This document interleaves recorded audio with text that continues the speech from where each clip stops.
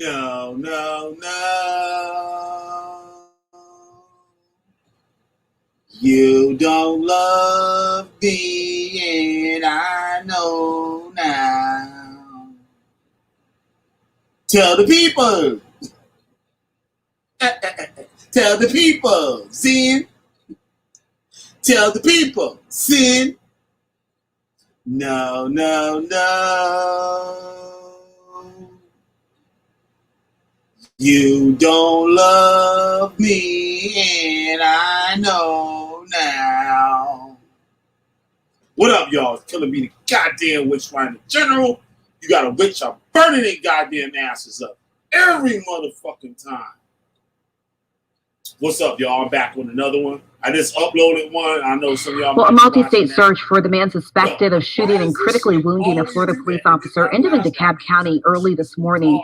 29-year-old Othel Wallace is in the DeKalb County jail tonight, and Joe Henke shows us where officers finally arrested him.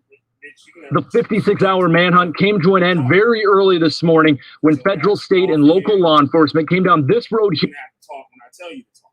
All right, here we go. Killer be the goddamn witch finder general once again. No, no, no. You don't love me, and I know now. You love me, baby.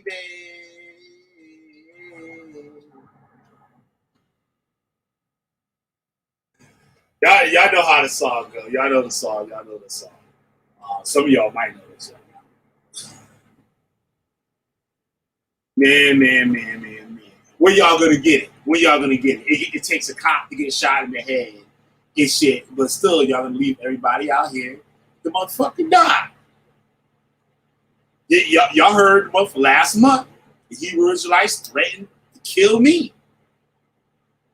The niggas still walking around. Why? That's not the first time I've been threatened, had death threats. Why?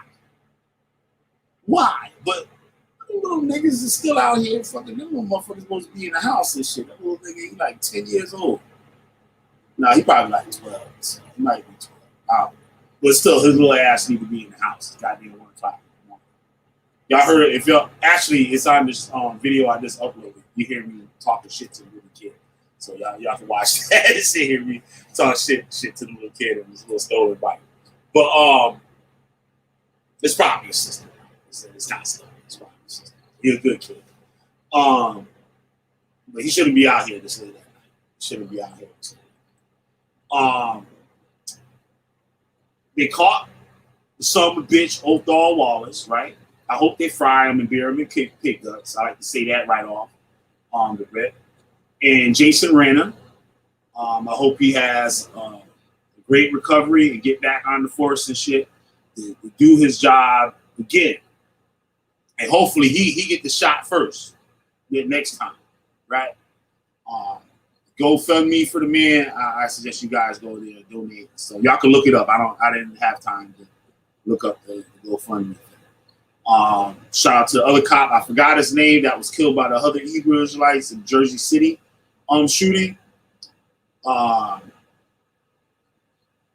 hope his family is doing well. I know they never could recover for something like that, but I hope they're dealing with the situation and stuff the best that they can. It's a sad thing, and police need to take this group more seriously. It's not a joke. I've been telling you that for over a year now. It's not a joke. I was one for 20-something years. I know what they're capable of. I know what I was capable of. Right? What the old Othel Wallace said? Say, y'all know what I'm capable of. Come on, man. Y'all got to get it together. Police, the Governor Kent, the other governor, what was his name? You got Governor Kent and Governor. God damn it. What was his name? Governor. Shit, I forgot his damn name. I just found it out. That's why. Governor Ron DeSantis. You guys got to do better. Governor Kemp. Now, Governor Kemp, yo, I got some beef with you, right? I only got beef with you because you the governor now. You know what I'm saying? You the governor now. So you're going to have to do something, right? And what you got to do is live up to, I believe that was the mayor of Atlanta, I believe, that said when Malcolm X's, not Malcolm X, I'm sorry, I'm bugging, drinking. Martin Luther King's mother was assassinated by a Hebrew Israelite, just like the assassination attempt of Jason Rayner. Right? Y'all said the city loves that family. They love the Martin Luther King's family. But you allow Marcus Chestnut to come into that church and attempt to assassinate Martin Luther King's father. Right? The gun jam. He used his other pistol and killed Martin Luther King's mother. Right? Y'all said it's a great city. And the city loves their people. But the Hebrew Israelite, the hub of all the Hebrew Israelites, guess what? Is right in your fucking city. It's no longer New York City. It's Atlanta, Georgia. And what y'all gonna do about it? Y'all gotta figure out something. Because they're gonna be more shootings. They're gonna be more killings coming your way. I already told you this. And there's been more since I already told you that. Now it's one of y'all. It's the white people now. They're getting on y'all asses now. Right? They shot that officer, Jason Renner. I pray for the family. But y'all did this to Jason Renner. I blame the government for it. For the shooting of Jason Renner. Because you've been forewarned. I warned you how many times. I tag y'all on Twitter and Facebook, all that shit. Y'all know who I am. What have you done? What have you done? And if you're doing something, you working maybe some undercover shit, I don't know. But y'all need to hurry up because we don't see no progress.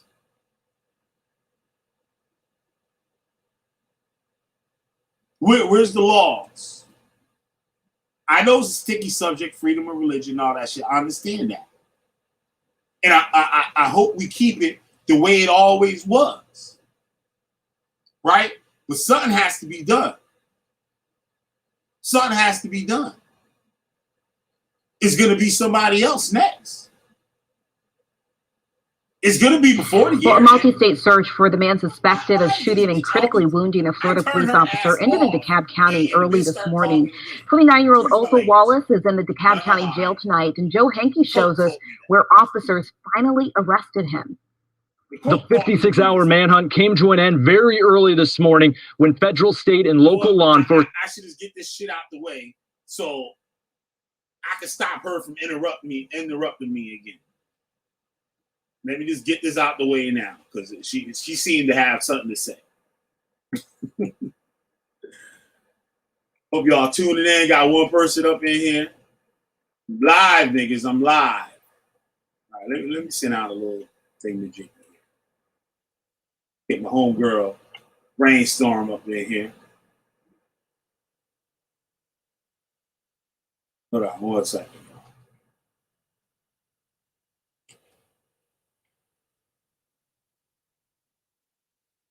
Put up old Myron too. Hold on 1 second.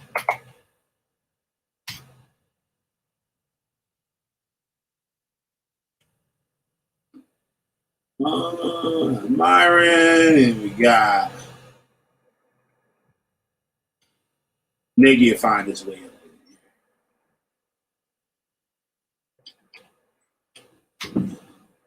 All right, I sent those out. 2 people. I only shared on Twitter. All right. Got two people up in here. That's what's up. Let me get this thing here out the way. We get this news report, and we see how they caught the son of a bitch.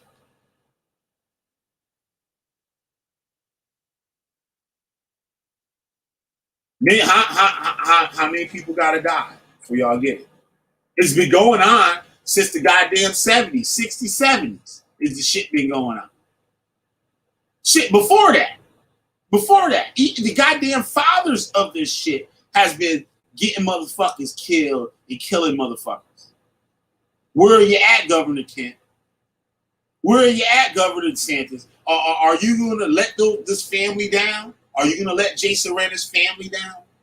Are you going to let the other officer from Jersey City? Excuse me, y'all, if I don't remember his name. Excuse me. But prayers go out to the family.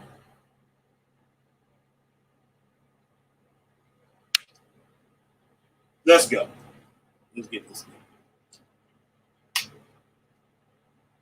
News report. Get y'all. What kind of shit is it? It's always. Which is it?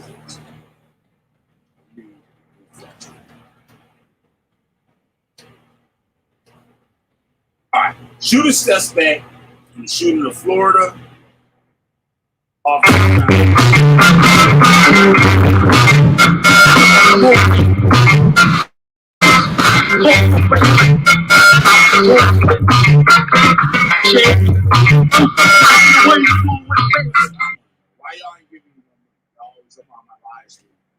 A multi-state search for the man suspected of shooting and critically wounding a Florida police officer ended in DeKalb County early this morning. 29-year-old Otha Wallace is in the DeKalb County jail tonight, and Joe Henke shows us where officers finally arrested him. The 56-hour manhunt came to an end very early. Your ass too skinny. Now they said the man was what? I would say 29. That's the most dangerous age right there. You get these early adults. These early adults. Y'all know you're 20 years old, you're an adult, but you ain't got no sense. Really, you a 15-year-old kid. Really. You know what I'm saying? Everybody know that. Everybody that's 40 and up and stuff know a 20-something-year-old man is really a teenager. With some privileges and shit. Right? Those are the most dangerous. I know when I was thinking how I was planning to get down. I was in my early 20s when I joined the Hebrew Israelite. And when you join, you got that spirit on it. They call it that spirit. It's like a fiery spirit. You're like a lion. You're like a raging lion. You're ready to do anything at any given time. Cult leader tell you to do this, you can go do it. Fortunately, I didn't get no orders like that, but I had things made up in my mind, and certain things played out with me what I would do. You know, I don't care to share those on the motherfucking live stream. Maybe one day I'll share it with you, but tonight I don't feel like sharing it with you. Y'all can check out my past videos. I let a little stuff out here and there. But they're dangerous people. Very dangerous. And you don't have to come from a fucked up home to be dangerous. You don't have to come from the hood or be abused by white people. Be whatever happened, white people did to you and shit. You don't have to do none of that. It's the doctrine itself will make you like that. We'll put the bullets, give you the ammunition. Right? All you gotta do is pull the trigger. Let's go. Motherfucker.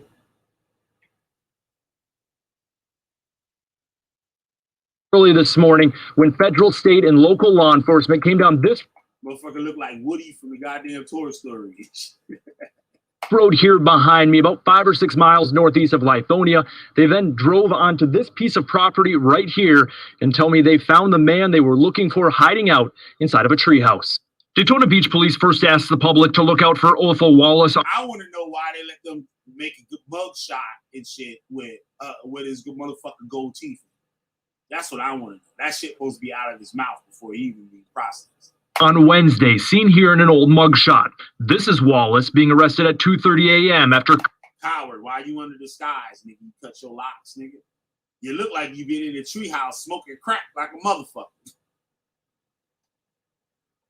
As French Dose could say, that Nolan's crack. They don't want no regular crack. They want that New Orleans crack.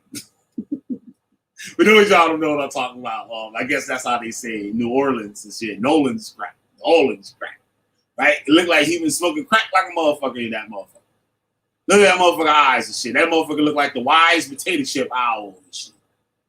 Cutting his hair to disguise himself, according to Georgia State Patrol. Daytona Beach Chief of Police, Jakari Young. What he said was, you guys know who I am. You know Jakari ass about to get a goddamn promotion. What I'm capable of, and it could have been a lot worse. And it could have been a lot worse. The man had no remorse. But really, his bitch ass was scared.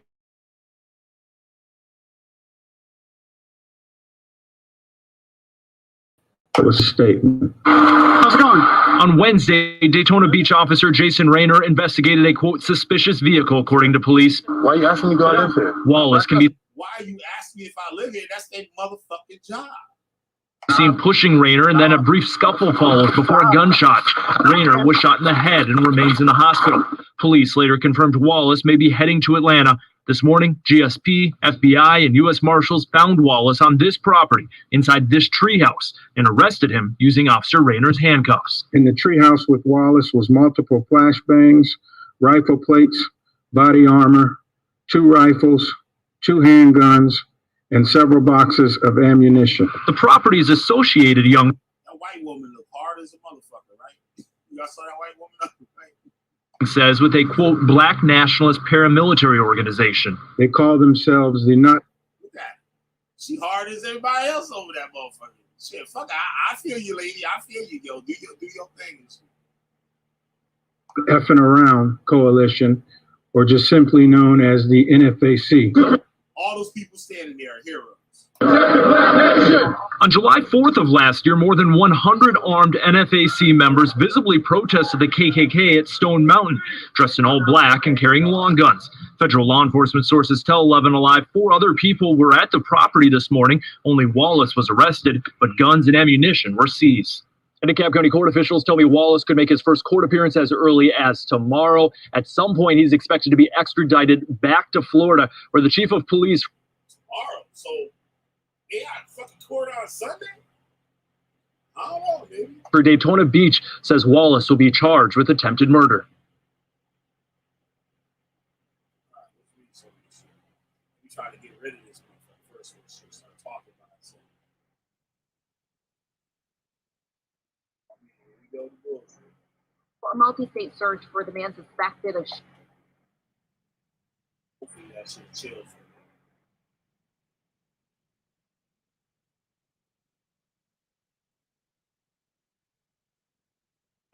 He's associated with the not fucking around coalition. What a name.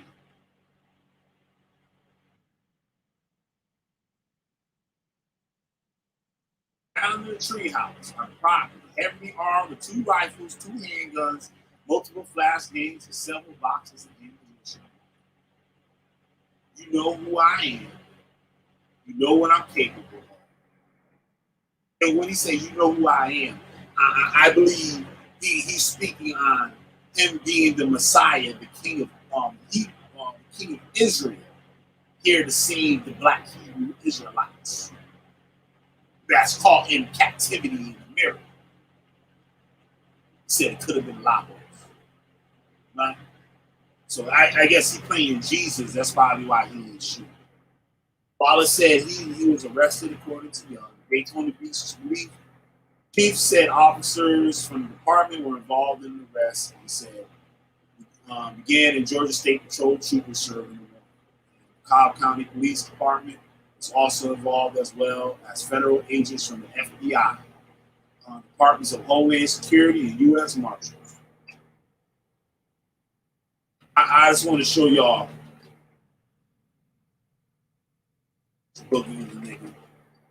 Wearing the Nike shirt, the God of victory. Right? He's supposed to be an Israelite, but he wear Nike clothing. That's a no-no. I don't know who taught him. That's where they found his stupid ass. In a goddamn treehouse. Hiding in the motherfucking treehouse.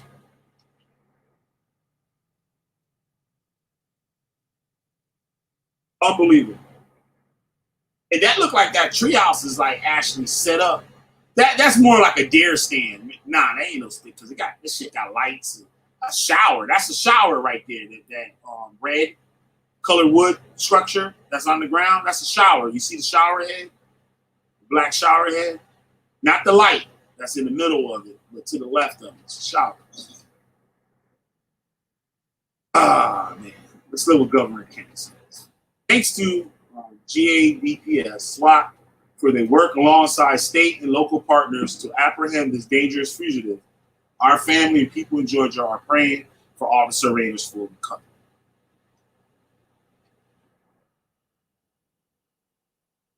Apprehended in Georgia at a black nationalist paramilitary encampment.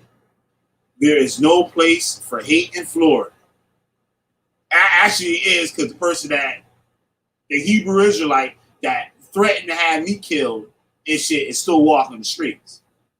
So, Mr. What was that son of a bitch name? Terry Nichols. That was his name. Let me make sure I get his motherfucking name right. Hold on a second. Let me make sure I get his motherfucking Tyler Nichols. Tyler Nichols was his name. Miami, Florida. Threatened to kill me this last month in May. Right?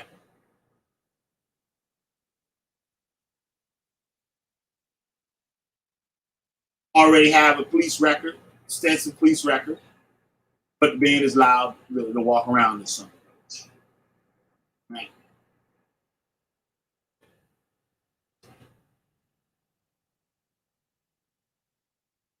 Faces first-degree attempted murder of law enforcement officer charged in Florida.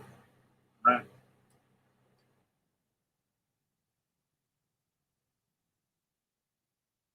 Roll drive-by shit. All right. Post this up so we stop talking. All right. Here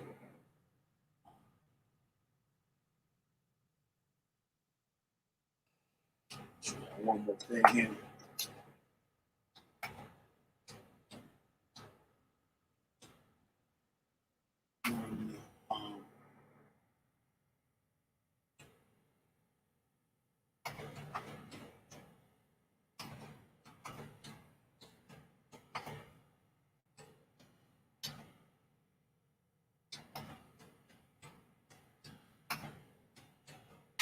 Show y'all this up real quick.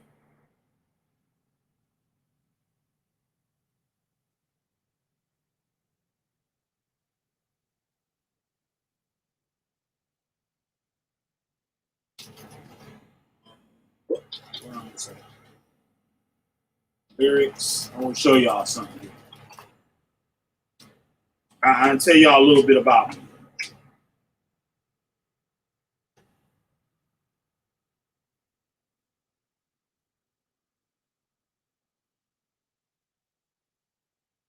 This song. Might have quoted the song earlier. Wrong here. So, come on, I'm not going for this shit here. Shit became a goddamn boat. Motherfucker. I said, I'll give them what they want. Hold on, y'all.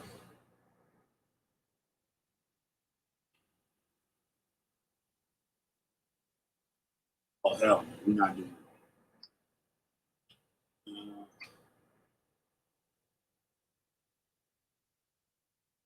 All right.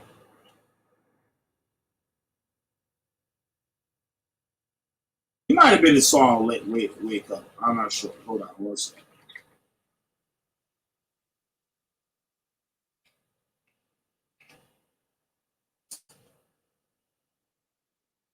Come on now.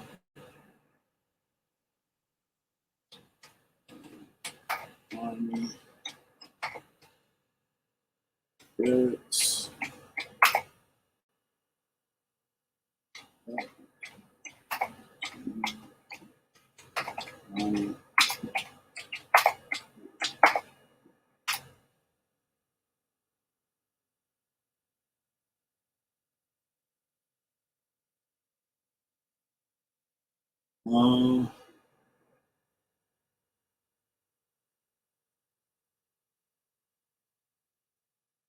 I don't know why the Jamaicans out here playing goddamn music, goddamn 1 o'clock in the morning, like the whole neighborhood want to hear some motherfucking Jamaican shit. I just don't understand that. This it here. This might be the song. Let's see.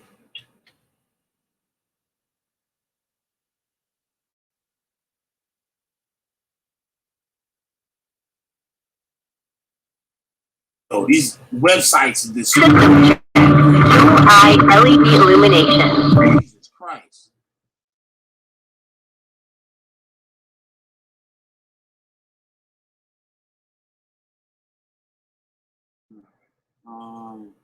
God damn, I'm trying to think of the damn song name, yo.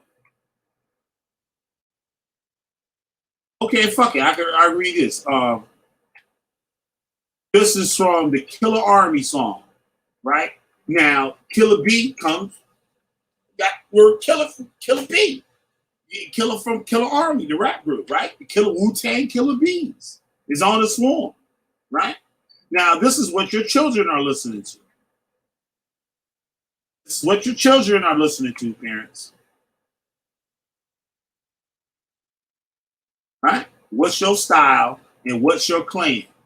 This is the lyrics. The soldiers are used as military style. Oh, so they may be a war, right? Universal soldiers. Automatically, I reign supreme. Laser beam tracks and grades you hit your spleen. Ricochet into clay. Exit clean. Find the lies, cries, complies. Close your eyes, soldiers' lies. Look beyond the skies, though the soul roll reply. A few brave, militant names who misbehave. Killer Army style, rushing the stage in jiggy waves. The Killer Bee Ministry, listen, y'all heard it? The Killer Bee Ministry forms another industry, physically recoughing and killing any savage mentally. Solidified negative vibes are liquefied by the masses. Probably find them bastards in gaseous regimen. For stampeding in all illified elements, universal soldiers combine the sacred 7 men. In the industry's enemies trying to diminish me, finish me. Mercenaries go on a killing spree. The art of war.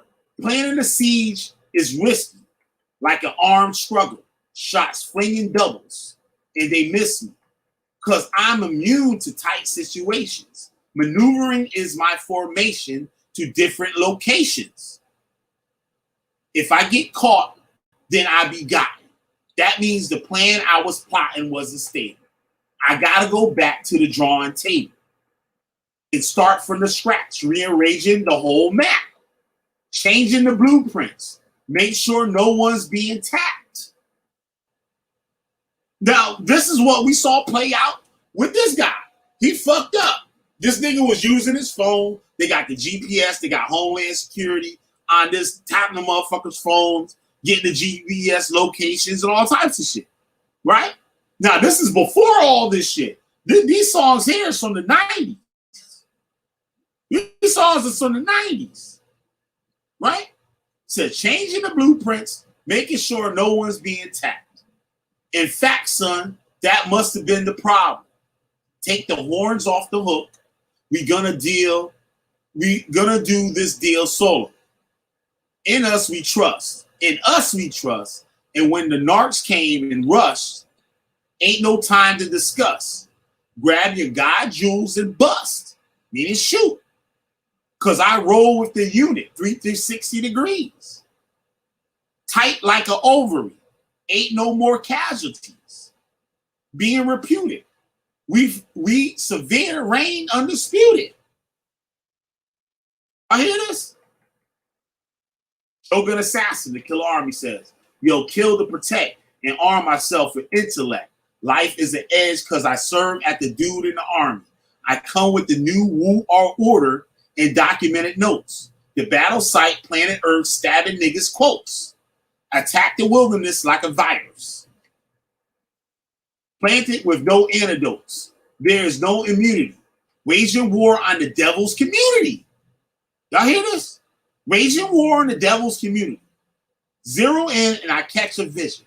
I see a valley of men casting weight on those who did sins. 19 million strong appear in your atmosphere in military gear. Camouflage commandos, outlaws, desperados to take on the world. What else? Taking the world by storm. Operation Come and Attack Devil City. Seek and destroy illumination. The worship of light. Skull and bones was the devil's hope. 12 whipped cardinals and 1 pope. Your Arabian Nights, killer army left in the battlefield. War fields revealed. Soldiers spot Navy SEALs for Pella fighters and Army jet planes. I burn hotter than propane. Army suits is sustained with blood stains and soldiers remain. The Red Army moving across the Devon on camels and black horses. Camouflage fortress. 4 horsemen blowing shit out of proportion. I'm trapped in the line of fire. All our desires be inside the empire. Rhymes like a sharp as barbed wires. Vocal shit the ear like skydivers.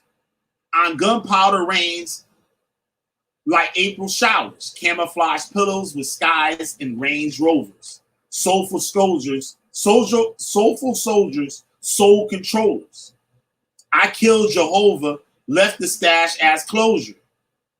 Casualties of war, battlegrounds ruled by lords, armed with swords. I meditate 7 miles away from Kuwait, where the water runs dry through rivers and fountains. On weekends, catch me collecting heads at the Caucasus Mountains. He cutting off the white people's heads. The Caucasus Mountains, Caucasian Caucasus Mountains. This shit is, and this is what fueled me. This is what fueled me as a young adult.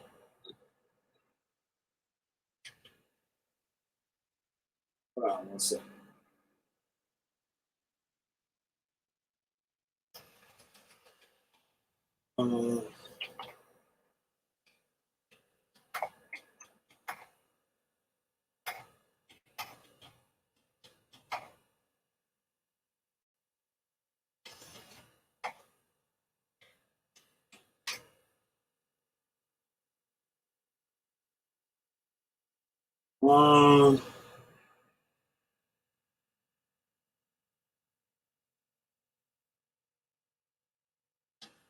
There's another one.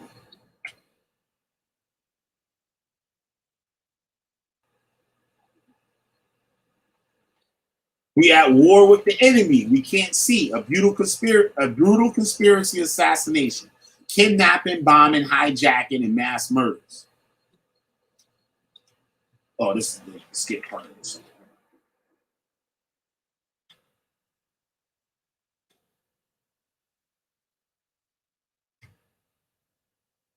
Let me see. I'm trying to find. I don't know why I can't find that. 7 soldiers, militant darkness, was heavenly niggas in heaven, strapped with holy Mac 11s. 7 soldiers, militant darkness for heavenly niggas in heaven, strapped with holy Mac 11s. We turn the devils and poison your pharynx. Razor blade stash is out the Bible. Razor blade stash is out the Bible, stuck to the church of the madman on a vital. I conquer your honor in battle for me. 7 men control dead, baby, cause for this tragedy. Fight his bomber. My thoughts is elevated. Arson rated.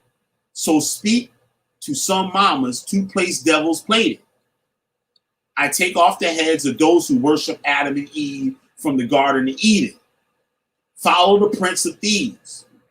I ain't the guard, but you're a lyrical burglar. It's the price of killing like Cain did the first murder.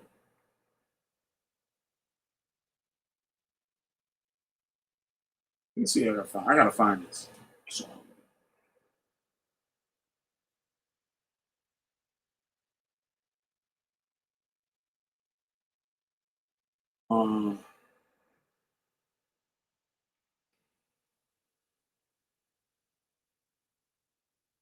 I gotta play the song, yo. I can't remember the name of that damn song.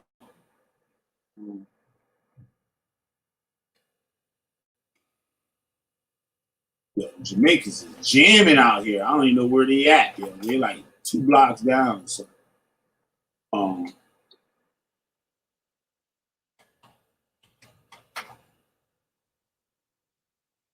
okay, I think I found it.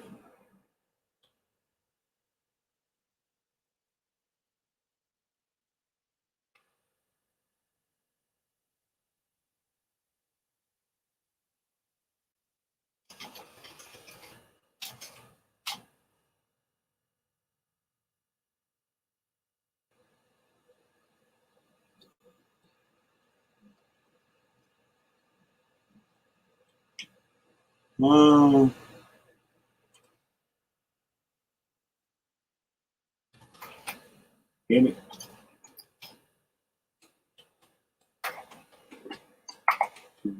Shoot. Righteous.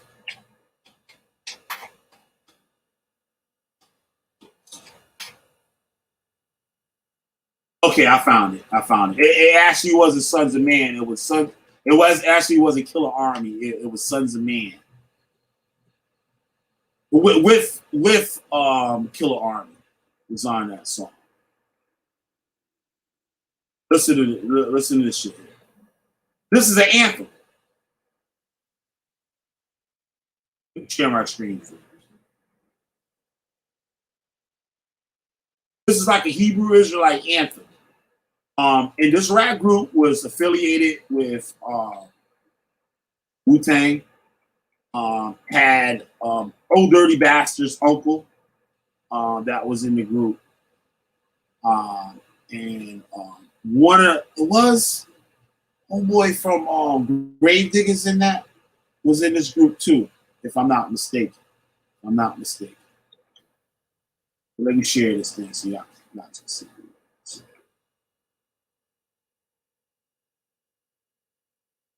Check this out. Now, this is before all the shit that's going on.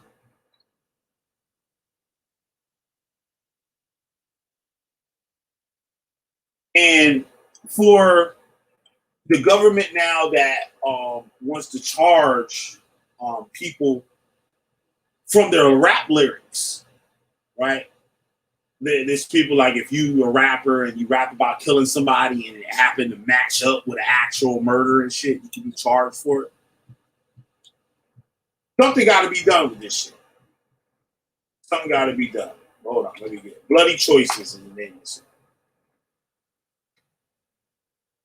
it. Look, when it comes down to the last days to making bloody choices, word up, right? This is Killer Priest. He's a known Hebrew Israelite, right? He has a podcast and stuff that he does and everything, right? What are you going to do when God is inside of you? Where are you going when hell's around you? Heaven is the place we on our route to. Destroy you right now, we about to. The sins is to the devil that divides you. Knowledge of self will civilize you. Civilize you and you and you, right? Knowledge of self will civilize you. So that knowledge of self was the Hebrew Israelite doctrine, right?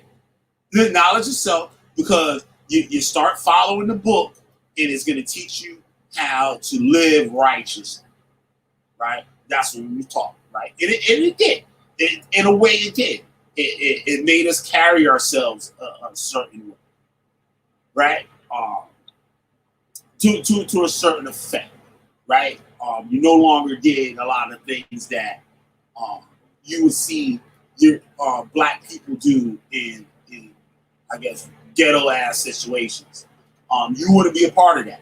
But you would be in that environment, and you would embrace that lifestyle, but not as, say for instance, selling drugs to black people, right? You would no longer do that. But guess what? Some might no longer sell drugs at all. But check this out. Some would sell drugs, but only sell it to the other nations, meaning white people, Africans, East Indians, anybody that's not black, Hispanic, and Native American, right? You would look at it as okay. Yo, in the universal tournament, I warned him. In my knowledge,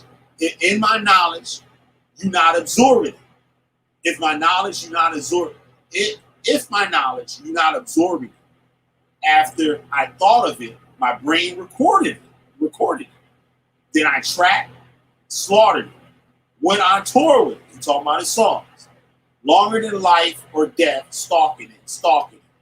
As I eject this in your eardrum, here it comes, tons of intelligence. So he's giving you the lessons of his doctrine.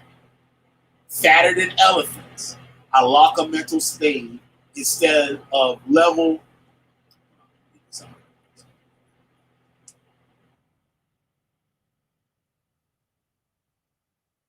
I lock a mental slave instead of a level my dead presidents. Right? Some of these lyrics be off. They be messing up some of the words. Why should I kill? Now, it's supposed to be why should I kill for who tried to kill me? Where it said why should I kill food? It's supposed to be for who tried to kill me.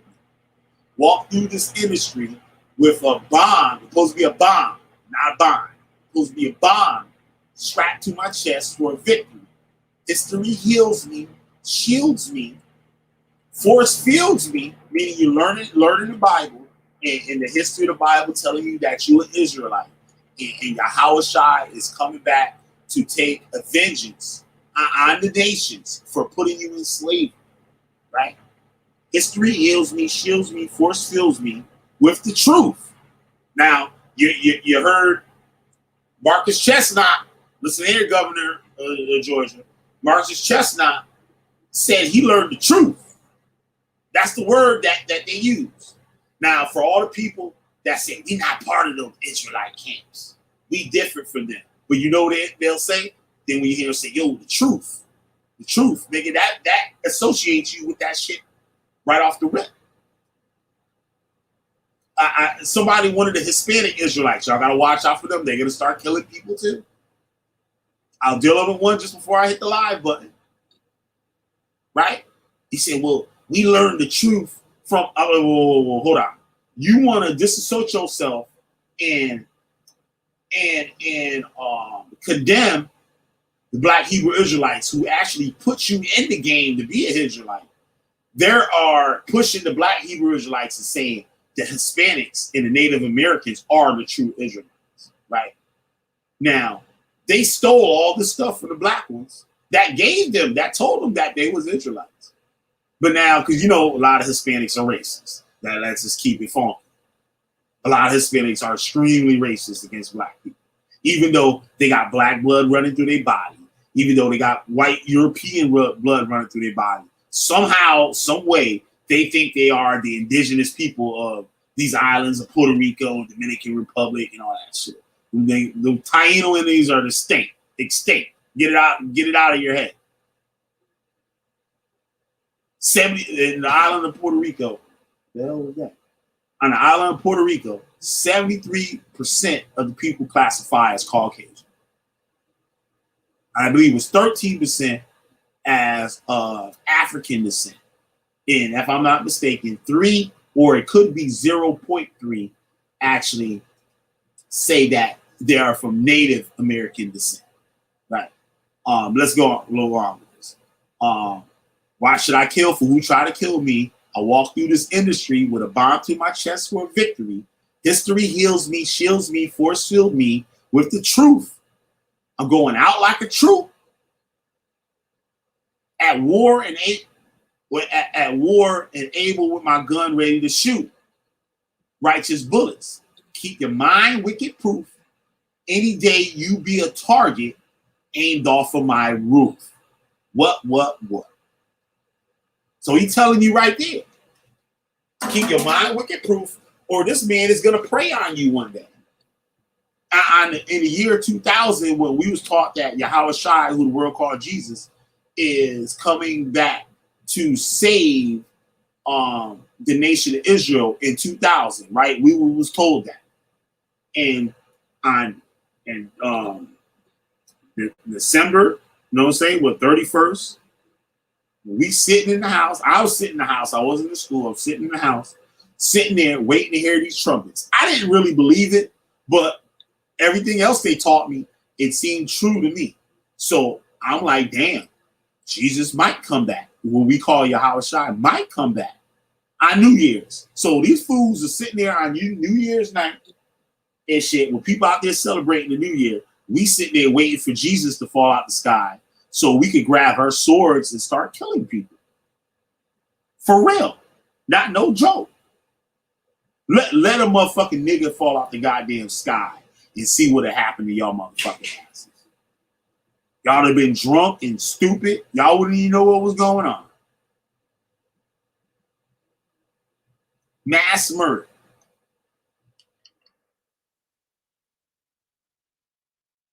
Now, some of these groups, they're a part of the 5%ers. There was members that were 5%ers and members that was Hebrew Israelites. Some of them, I believe, were Nawapians from Malachi York, who's in jail for a zillion years and shit for child molestation and all types of shit, right? You got like it says right here, yo, in these revolutions, they never end. Do mental and physical calisthenics. Sharpen my tactics. Live a lost mathematics. 5%. Moving in the sun shadow. Devastation, aggravation stalks my nation. Death of temptation. Satan's allegations. The fire in us was charged for the wicked to burn. Only concern, levitate, elevate the black germ. Now, in the 5% group, they believe there was the black germ and the brown germ or something. I could have this a little off and stuff. But the black germ and Yaku, the big head scientist, created the Caucasian by taking the black germ and the brown germ and putting together and created the white man. So to get back at the black people that was being wicked, right? And he was known to reign the earth for a certain period of time, and after that time, he would be put to death and would be no longer, and the black man would be reigning the world forever. Through the process, affect your domes with the vocal tones. Those who is stoned, elevating gases through the microphone. Roll with the scroll, rebellious to weak knowledge. I seek the sheeps, will only bring forth the killer priests. Fatter gap, girth, I don't even know what that word is. Heuristics, automatic clear as plastic. Tragic, drastic, killing all psychopathics. On my journey from the house of steel, where the gods reveal the silk devils, the still and nil. Witness the blood spill. Life tell lies, death in your face. Every other day we killing off our own race. Rather, drugs, guns, something common known. This is the place that we all call home. Life tell lies, death in our face. Every other day we killing off our own race. Rather, drugs and guns, something common known. This is the place that we all call home.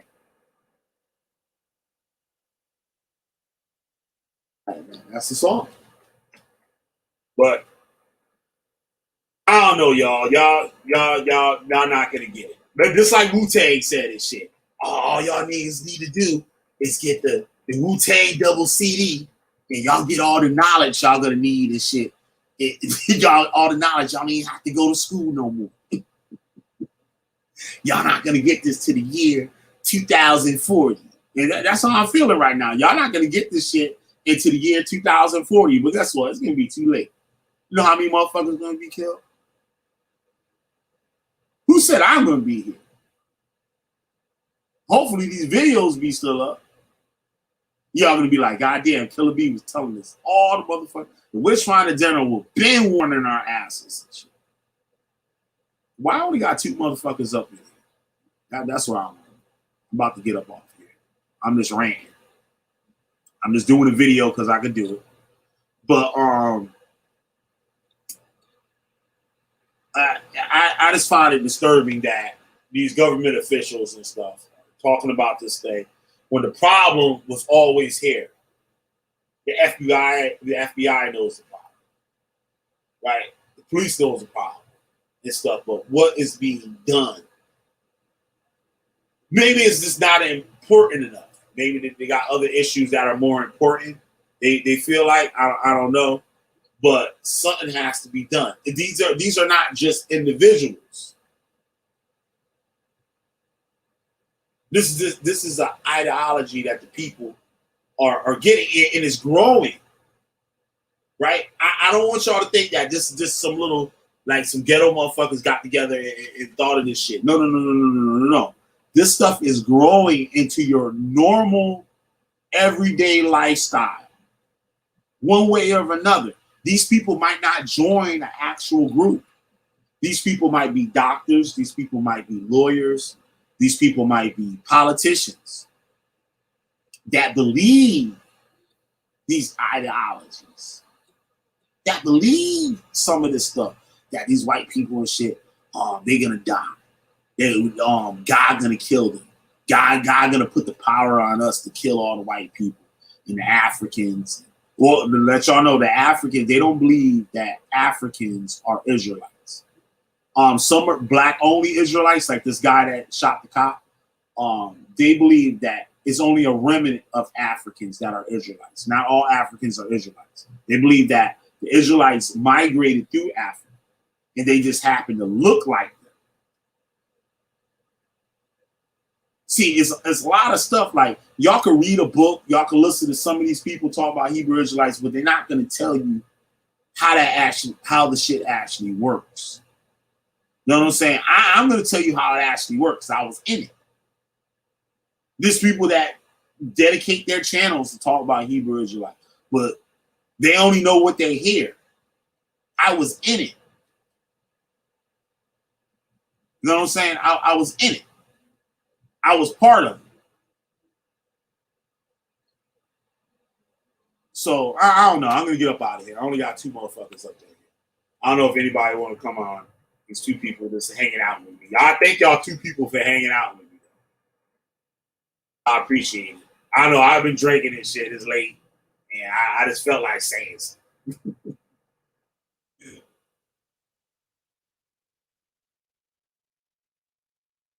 Put the link up in here.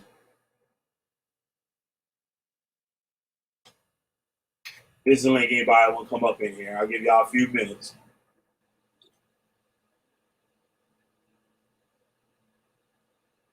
I don't know. They might be watching the video I just uploaded. Or maybe not. I don't know.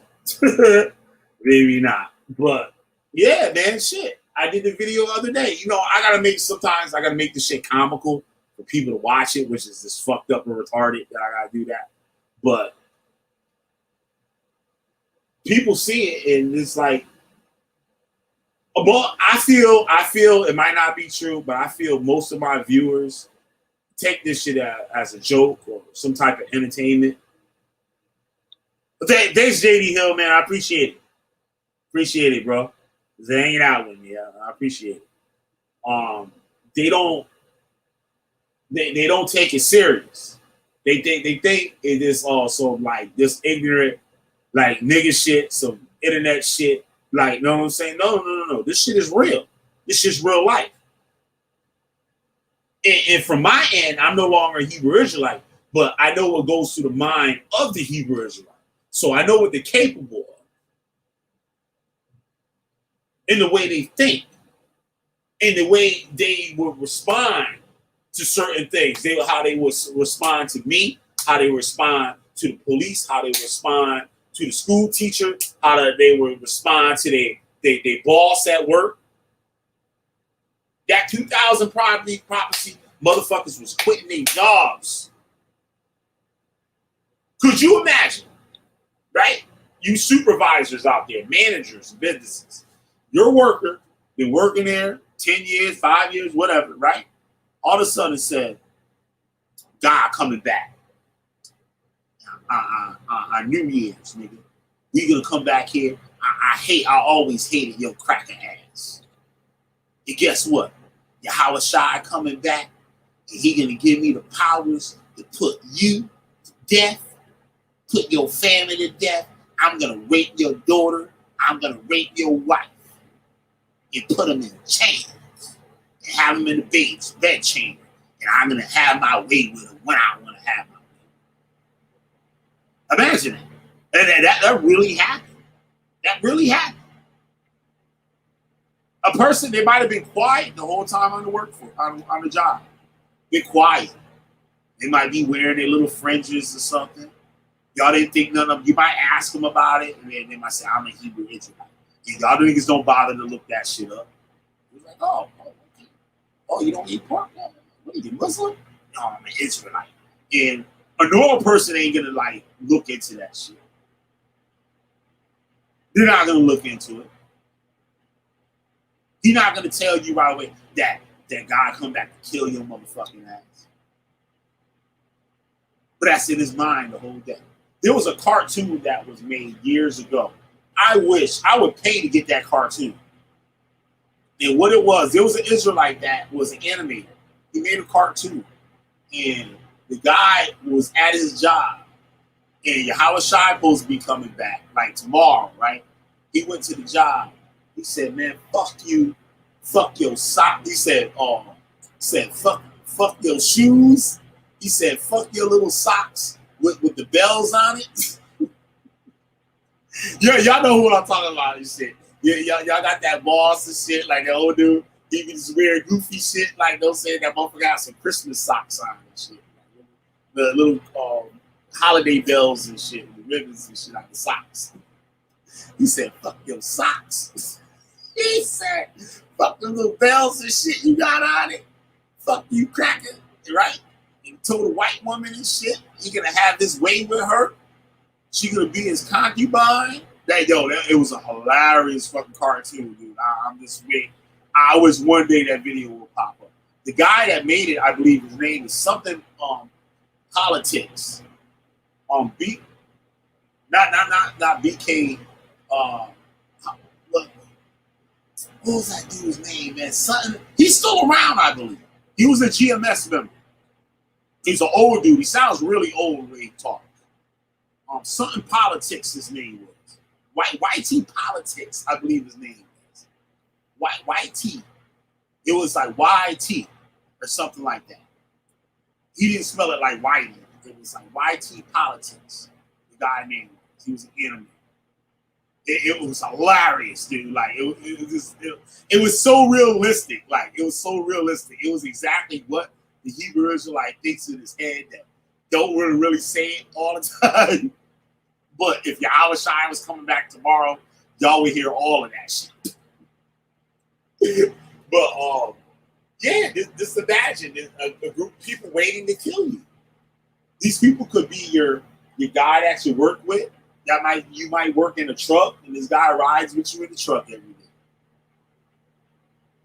I know Hebrew Israelites that work for trucking companies. Be on the road, they riding with somebody, they reading their Bible, right? I could just imagine that shit. This motherfucker, you riding with motherfucker, he reading the Bible, you think he just like a regular Christian. No, this motherfucker plot. Kill your motherfucking ass.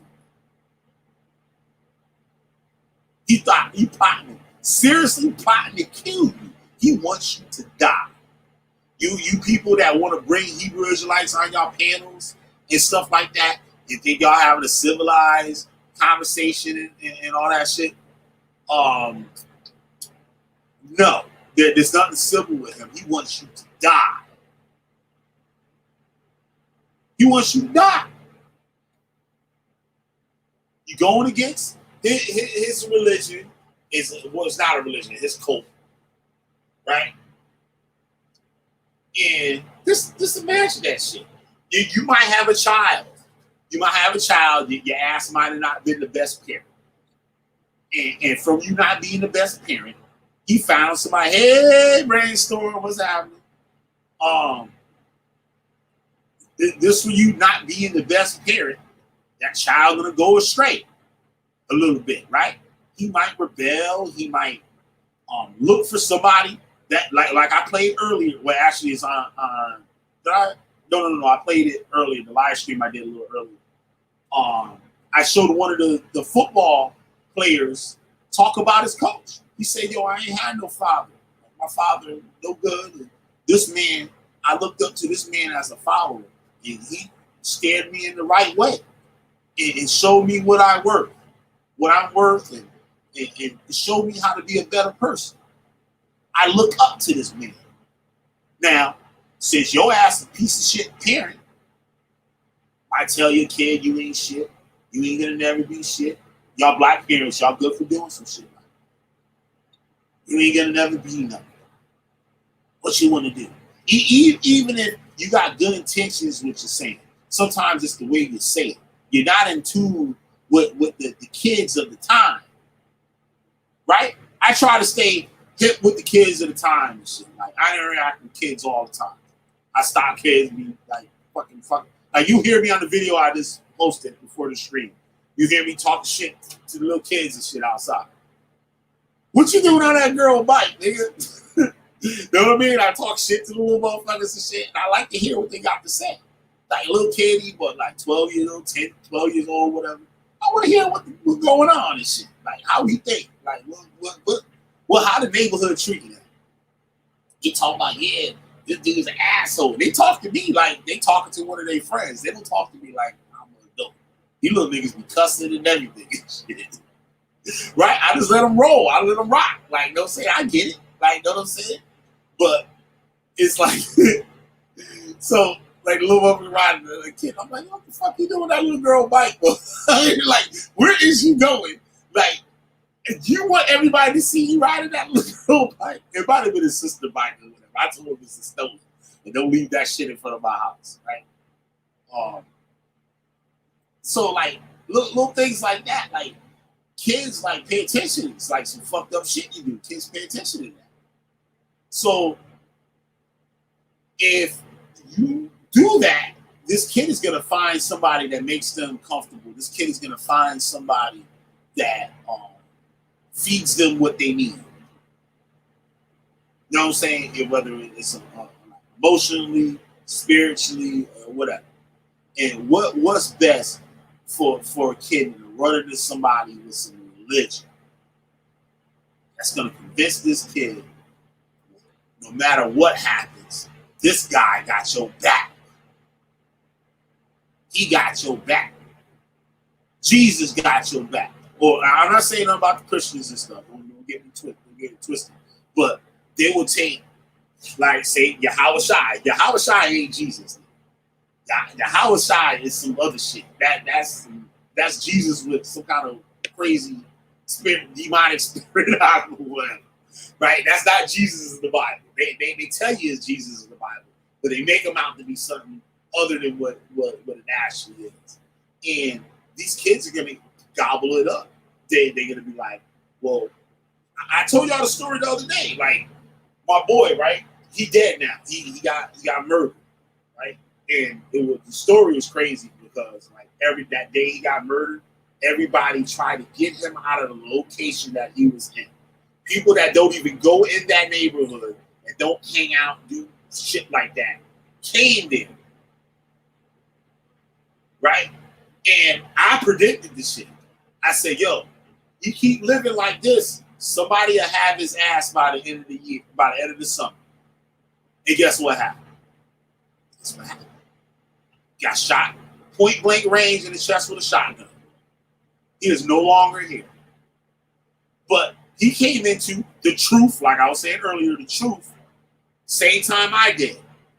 His mother was a minister, right? He went in, started telling his mother about the Bible. The Bible say this.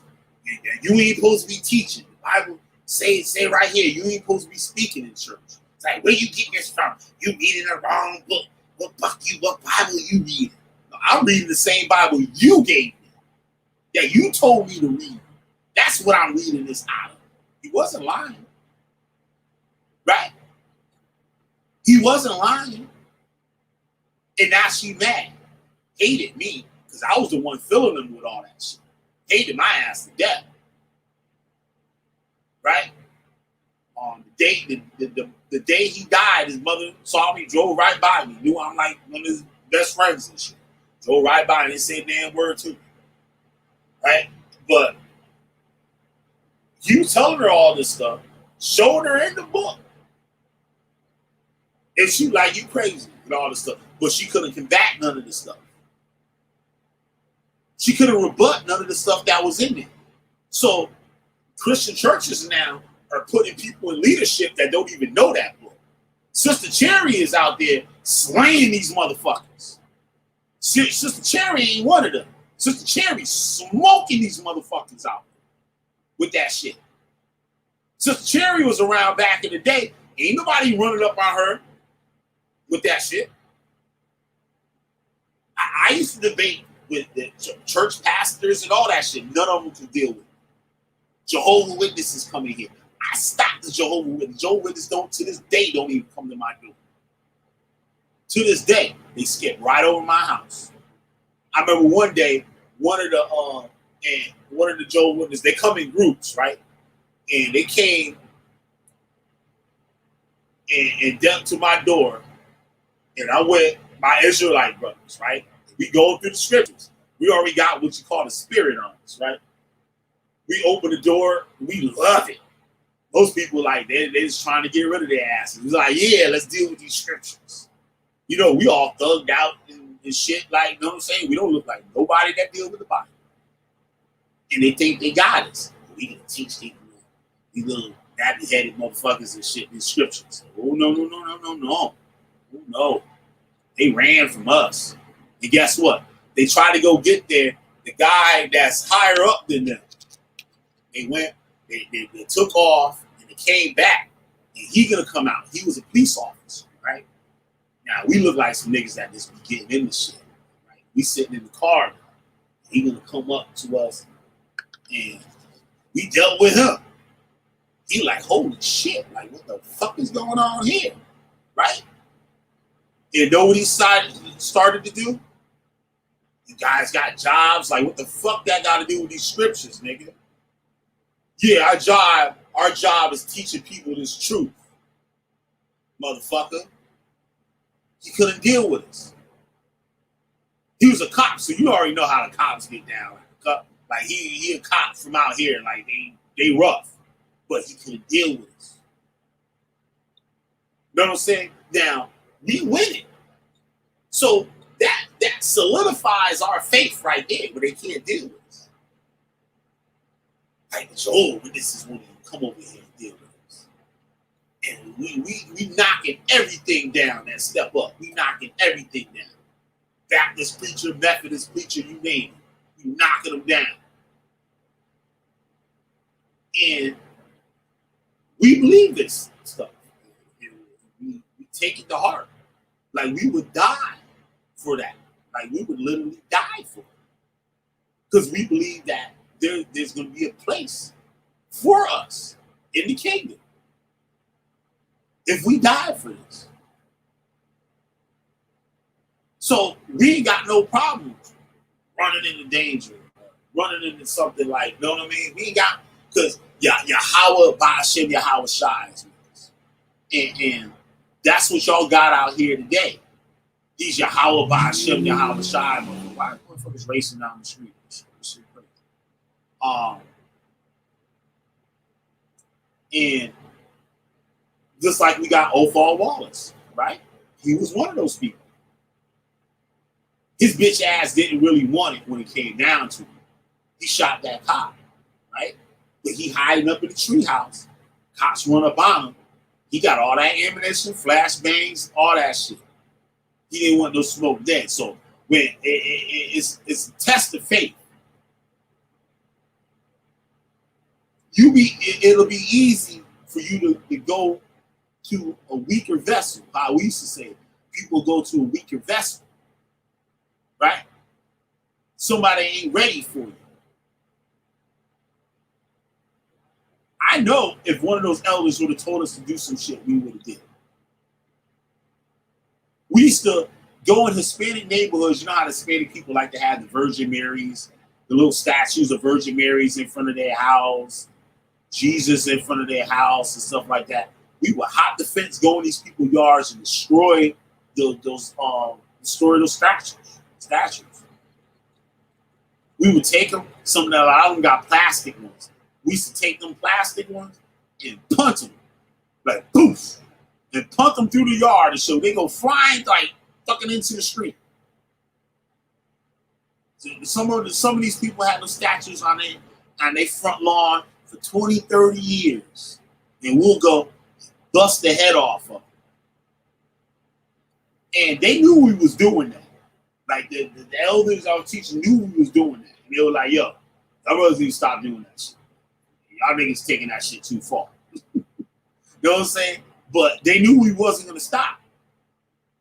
Right? So then one of them, Rashwan, the one that named me, he gave me a whole roll of stickers from the post office. You know, the postal stickers. We used to use them. We wanted them too because we used to do graffiti and stuff back then too. So we used to do our graffiti tags on the stickers and stick our stuff on like payphones and like ice boxes outside the stores and stuff like that. So he was like, write the scripture on there about the idols, not having idols and stuff. So when you do it, put the sticker on there so when the people see it, they know why it was done. You know what I'm saying? So like we used to do shit like that. There was a lot of things we used to start stuff, especially with Muslims and stuff, because the Muslims are supposed to hold themselves at a certain standard. That's like an Israelite. But when they would come to America, they would treat black people in the neighborhoods unrighteously. You know what I'm saying? They would do things that they wouldn't be allowed to do in their own country. Like sell pork, sell cigarettes, and stuff like that, and alcohol. So we go to stores and be like, yo, why you selling pork to my people? Well, we wear that shit, motherfucker. They'll kill your ass in your country for selling pork. Why you come here doing it? That's haram. I used to work with an Egyptian, right? And they said that motherfucker's a terrorist. He used to talk about that shit all the time. He would, like they said, he told us the whole get up, like what the terrorists would do. They would give you $1 million, blow your ass the fuck up. And $500,000 will go up front, will go to you up front. And when you do it, they will give the other half to the family. And he said he would do that shit at a drop of a hat. And this was during the first World Trade Center bombing. A lot of people forgot about the World Trade Center. They tried to blow up the World Trade Center before the airplanes hit it. They tried to put a bomb in a van. They had a van or something up inside the World Trade Center parking lot. They tried to blow up the building. That was the first attempt. A lot of people forgot about that. I don't know if you remember that brainstorm. There was the first attempt. And that's when they was on the lookout. They was trying to find Osama bin Laden. That was before 9/11. This happened in like 97, I want to say, 97, 98, that happened. And he was he was Egyptian. He came here illegally. Jumped off a ship, swam the shore and stuff. He worked at a pizza restaurant in Brooklyn, married the owner of the pizza restaurant's daughter. They moved to Connecticut, they opened another pizza restaurant and stuff. He had a good life, like, you know what I mean? Like, he was a cool dude, but he didn't really like Americans. But the Americans that he interacted with, he liked. Like, he would say, it happened it happened later than 93. That happened later than 93, I think, JD.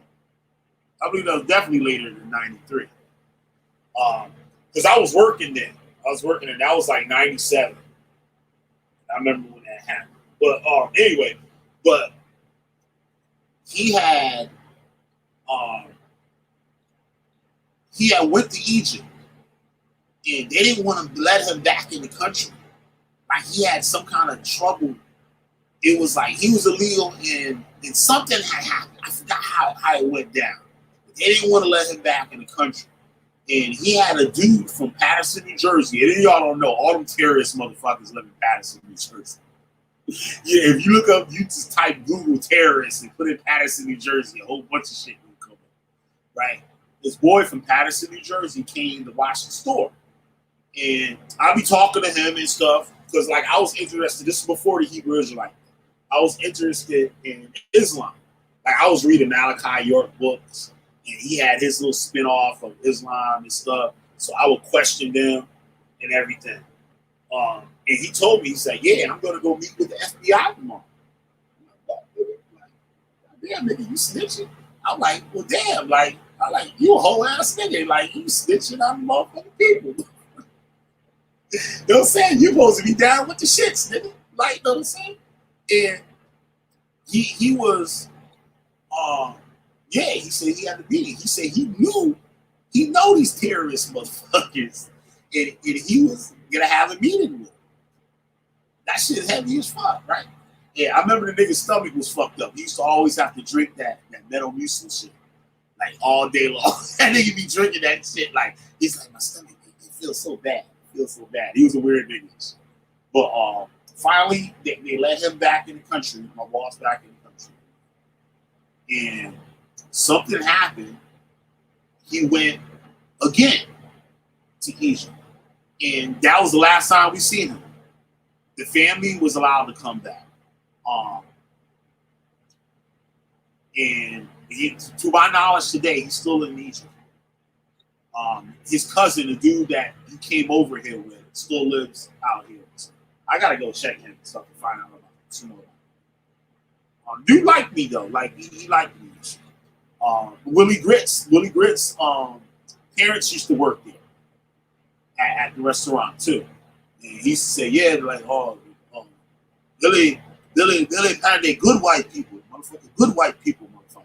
Good white people. Like, he was the first dude that got me really with my language and shit. Like, I didn't cuss until I started working there. I started working there, and everything out of my mouth, like, was motherfucker. That's where it all started at, just to let y'all know. That's where it all started at.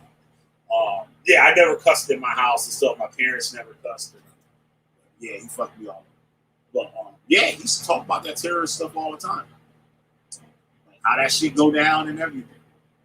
And I was like, damn, this motherfucker a terrorist for real. His other cousin came down. He scolded him for selling pork in the restaurant. Actually, like, scolded him. Told him it's haram. You know what I'm saying? Allah's against that and all that shit. It made him start buying beef sausage, beef pepperoni, and stuff. So all the meat, all the pork products in the restaurant was all beef. Beef or turkey. They had beef, turkey bacon. So there's no real bacon in it. And that's how he did it from then on. And he was from Patterson, New Jersey. You know, Patterson, New Jersey motherfuckers. I gotta watch out for them niggas. Don't go to Patterson. Motherfuckers to blow your ass up. Yeah, so like, I was around a lot of crazy shit. So, and at that time, you know, I'm listening to Killer Army, like I was just reading, Wu-Tang, Sons of Man, and all this shit. I was a Rasta at that time. I was a Rasta, but I was studying like Islam, and I got a hold of the Malachi York stuff, so I started studying those Malachi York books. The Nawapians, who they call now. I would ask them questions, stuff. The Moors, I was reading on the Moors and all this stuff. So my ideology was like, yeah, the white man, the motherfucking devil. Fuck it. Like, you know what I'm saying? I had a lot of white friends and shit. Some of them proved themselves. The things that some of them did made me think like, yeah, you see, motherfuckers the goddamn devil. So if a motherfucker was a terrorist, I really didn't give a fuck. Because the hell with, actually, the matter of fact, I made t-shirts. Public Enemy #1 t-shirts with Osama bin Laden on that motherfucker. Actually praising Osama bin Laden. This is before 9/11. You know what I'm saying? So if them niggas was like, yo, Killer B, he about to blow up some shit tomorrow. I'm like, go on ahead, nigga. Go and rep your shit, nigga. You know what I'm saying? I wouldn't even give a fuck. If motherfuckers ask me something, I'll be like, no, I don't know what you're talking about. You know what I'm saying? So, and like I told y'all before, we used to pray. Like like my Hebrew Israelite brothers, stuff, we used to pray for terrorists. We used to pray for them. Pray for their safety. Oh, not the safety because the niggas blowing themselves up, but pray that they carry out these attacks out of America and wherever else in the world, because we hated the whole world. Because the whole world, all the nations of the earth, put the Israelites in captivity at one time. One time rather. So all the nations of the earth had us in captivity. So we was like the hell with everybody. So if these crazy Muslim motherfuckers, like the scriptures say, he will be a wild man. In his hand, Ishmael will be a wild man, and his hand will be against everybody, and everybody's hand will be against him. Right? So we took that prophecy to heart. Yeah, this nigga crazy. He blow up shit. And everybody hate him, and he hate everybody else. And we would see that. Like my boss, like I would see that. He hate Americans. He get that money though. He take that motherfucking money. But if he had an opportunity, all the motherfuckers would die. So that kind of, how could I say, that kind of grew me to think in a certain way. You know what I mean? I'm not saying I would go out there and carry out terrorist attacks, but in a certain situation, like, you know what I'm saying, that it might arise where, hey, like I told y'all before, something might happen or some shit. You know, you might not be here on this earth in the next 3 days. So fuck that. I'm not just gonna go out like that. Hell no, nigga. I'm taking these motherfuckers with me.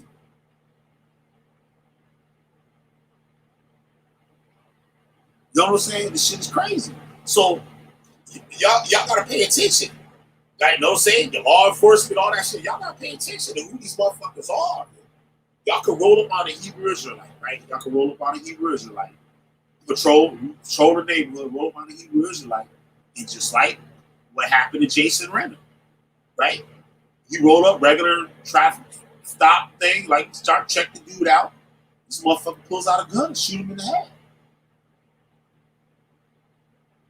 Maybe he's involved with something. Maybe he joined the Hebrew Israelites and he had warrants, right? He don't want to be a criminal no more, but he got warrants now. Now, the Hebrew Israelites let him in. Hebrew Israelites used to hide criminals back then. My boy that taught me and stuff, he was a stick-up kid. He was doing all types of crazy things. He got locked up. When he came out, he saw the coat wasn't helping him when he was locked out. He came up and pulled the fucking gun out on the motherfucking coat leaders in front of the whole congregation. Like, in the motherfucking school. Yeah, he was out there like a motherfucking brainstorm. Like, he was really out there. And he went up to school, pulled burner out, that big ass 4.5 and shit, out to Tahar and Reliable with GMS. In front of everybody. And he would have done those motherfuckers too. They already knew he was a live wire. Like, he was such a live wire that he was an asset and a curse at the same time. At any given moment, this dude could switch on him. He was a schizophrenic. He was a schizophrenic also. He used to smoke a lot of PCP. That PCP will have your mind fucking woo. And they know he fucked with that shit. You know what I'm saying? Well, at the time, like, he was really having in the school learning with them. He wasn't doing it. But when he saw what they was really about, he went back to his shit or whatever, but he was still in the faith. You know what I'm saying? Like, he was teaching scriptures, dusted out of his mind. That angel dust have you fucked up. That should have you fucking. That motherfucker used to be like, yo, motherfuckers, they after me. They're following me. They follow me to your house. I'm like, nigga, what the fuck is you talking about, nigga? Like, you know what I'm saying? Like, I know when he, like, full of shit and stuff, I just like, ignore that shit. Like, whatever, nigga, let's go over the scriptures. They really after me. Well, they put him up in a house in Brooklyn, right, with a bunch of other brothers. Like, it was like a SWAT house. They ain't had no electricity or nothing. Just a bunch of niggas in a room, in an apartment with candlelight going over scriptures 24/7, 24 hours a day going over scriptures. You know what I mean? They had safe houses basically for these niggas. Let's say, for example, you into some shit and you find a Hebrew Israelite faith, they might protect you. They might hide you from the motherfucking devils, so-called devils. But like I said, yo, you could be out there and this man, he might say, oh shit, I'm going. He could be speeding or something that's going to get him locked up maybe for a long time. And he's like, fuck that. These crackers ain't going to lock me the fuck up forever. Fuck that. They're not putting me in captivity. You know what they're going to think back and look at? They're going to look at Samson. They're going to look at the story of Samson. When Samson, the Philistines was holding Samson captive, what Samson did? He prayed to God for the strength. And he pushed the pillars down and killed all the goddamn Philistines in the building, including himself. Including himself. So what make you think these niggas won't go out there and do that shit? You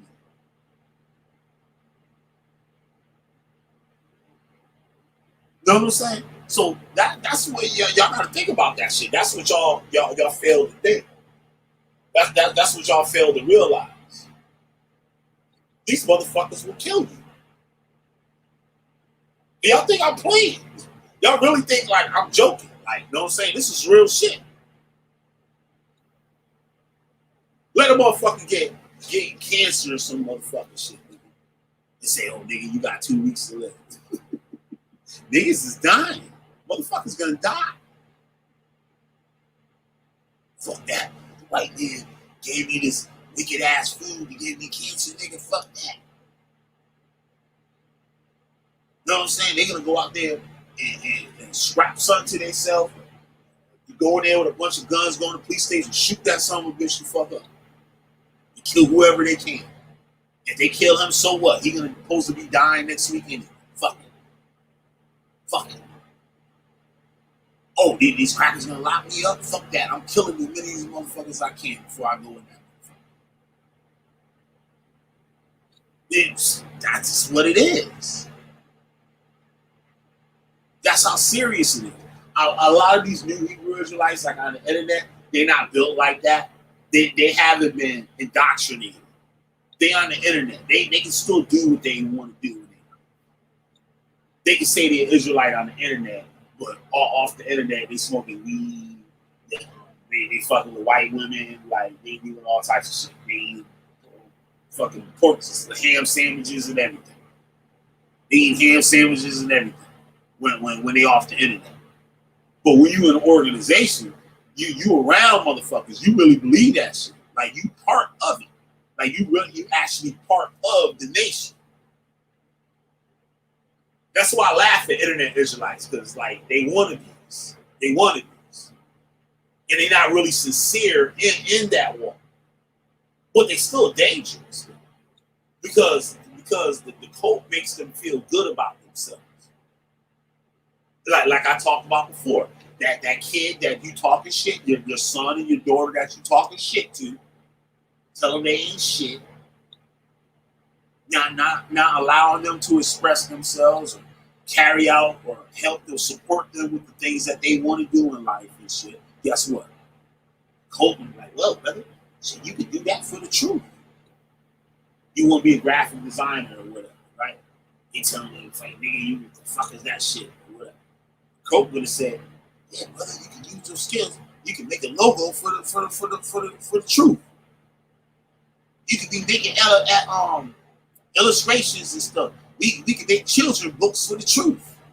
Now your ass is here drawing up illustrations for Israelite children's book. But guess what? You ain't getting no bread off of that motherfucking shit because it's all the money going to the truth. You giving it to the truth. You know, brother, nobody getting paid here. Here your dumb ass is drawing all types of shit. You should be getting paid thousands of dollars and shit, and they making thousands and thousands of dollars upon thousands of dollars, and they ain't giving you a goddamn dime. That's going in the cult leader pocket. They might get a new school from it. They might open up a little school, so y'all got a place to go. If anybody help you, is going to be one of the members. Yup, with all that skill, it's still broke. Exactly. That's the way to keep it. That's the way to keep it. Because they know money will change your motherfucking mind. Money will change your motherfucking mind. That's why they get on you. I said this earlier. If you got a lawsuit or something, or like the shit with the boy ate the pizza, the pepperoni pizza, right? Now the parents want to sue and shit, right? They might, any other parent might not even thought about suing her or some shit. But the coach gonna say, brother, you need to use the world. You need to use the world and shit and sue these motherfuckers. Because, you know, we can use that money for the truth. I had a lawsuit one time and the motherfuckers was trying to convince me, well, yeah, we can use that money for the truth. Like, shit, nigga. Shit. Like, I had sense when I was in that motherfucker. I believe the shit like 1,000%, but I know what a motherfucker was trying to get over on my ass and shit. Like, you know what I'm saying? I'm like, nah, nigga. Like, I would play it off and just wouldn't do what the fuck they wanted me to do. Like, you know what I'm saying? Nah, I ain't that stupid. Like, no, man, I was raised better than that. I wasn't raised in the projects, nigga. You can't get me like these other niggas. Fuck that. Yup, what's up, Alexander? Shit crazy, yo. This shit's bugged out. A lot of people just don't realize it. I gotta keep telling y'all over and over again. Like, this shit real. This shit is bad real. Motherfuckers will kill your fucking ass, nigga. Like, I'm laughing and shit because y'all motherfuckers don't believe that shit until it happened. And Killer B gonna be sitting here looking at you laughing. Like, I told you this thing was motherfucker. Told you. And what I said like a couple months ago and shit. I said, y'all gonna fuck around. Killer B, y'all gonna be coming to me, wanting information. We can use your services. I'm gonna be like, what's your budget? What's your motherfucking budget? The FBI, the police department come to me. Well, you can help us out. Bringing these motherfuckers. What's your budget, motherfucker? I don't want some motherfucking bread because y'all motherfuckers wasn't listening to me when I was giving it out for free. That ass. And I wouldn't, like, I ain't gonna say I wouldn't feel bad. Shit. Fucking 1,000 on that shit. Fucking, what's y'all budget? That like Omar Epps. Was that Omar Epps? That said in that movie, what was it? Delivery? Something was that shit. First, what's that shit? When he played and the motherfuckers delivered the package that had all the coke in the shit. And they delivered it to the wrong apartment. And they got the shit and they found the motherfucking coke in the motherfucker. They're like, oh shit. And he said, bet. He said, I'm gonna get me a brand new Cadillac, plush velvet seats in it. And niggas gonna ask me for a ride. And I'm gonna say, nope.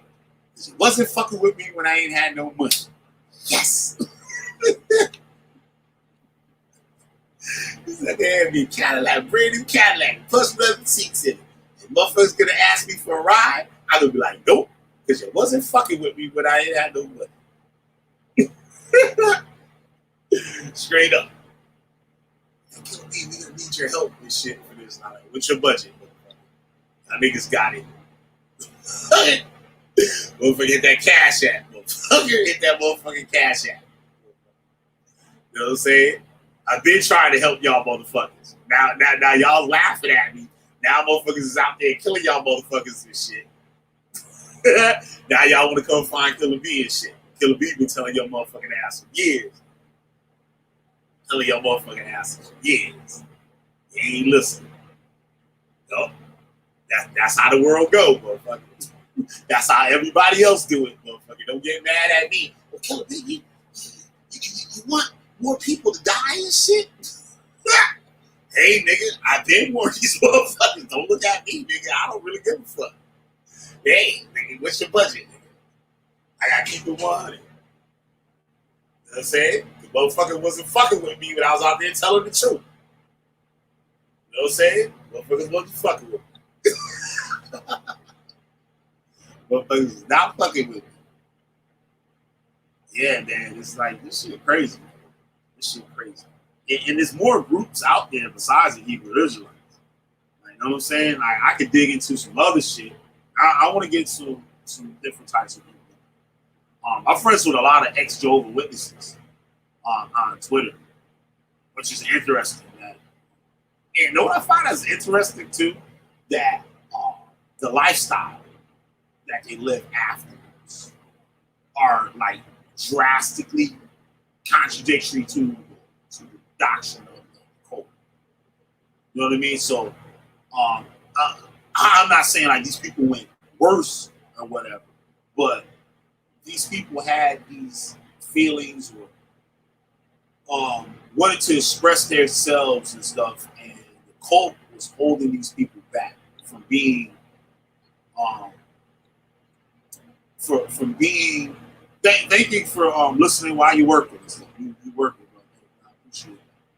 So you doing your work, you listen to Killer B. I appreciate it.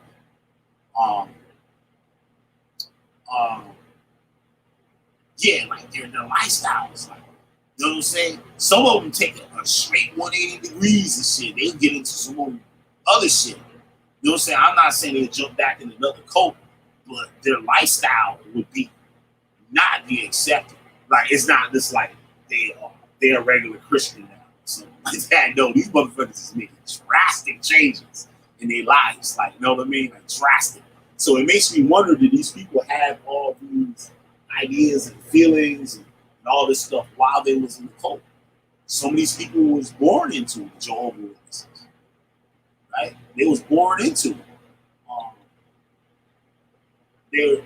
This looks like Beeman that be on here. Beeman Israel. Y'all think that just a damn YouTube name? Nah, that's that nigga real name. I didn't know that shit. I never knew that. That was his real motherfucking name. You know what I'm saying? That was his real. His parents named him that. That's on his ID. You know what I'm saying? That's on his ID. So these people, it's like, you know what I mean? A kid could grow up, shit. For instance, like, a lot of these ex-Jehovah's Witnesses are homosexual. That's homosexual. Like, they lesbian, bisexual, transsexual, whatever. There's a ton of them. Like, it blew me away. I couldn't believe it. That's why Twitter is just so bugged out to me. You know what I mean? And there's so many different types of people and stuff. It's a totally different atmosphere than Facebook. Totally different.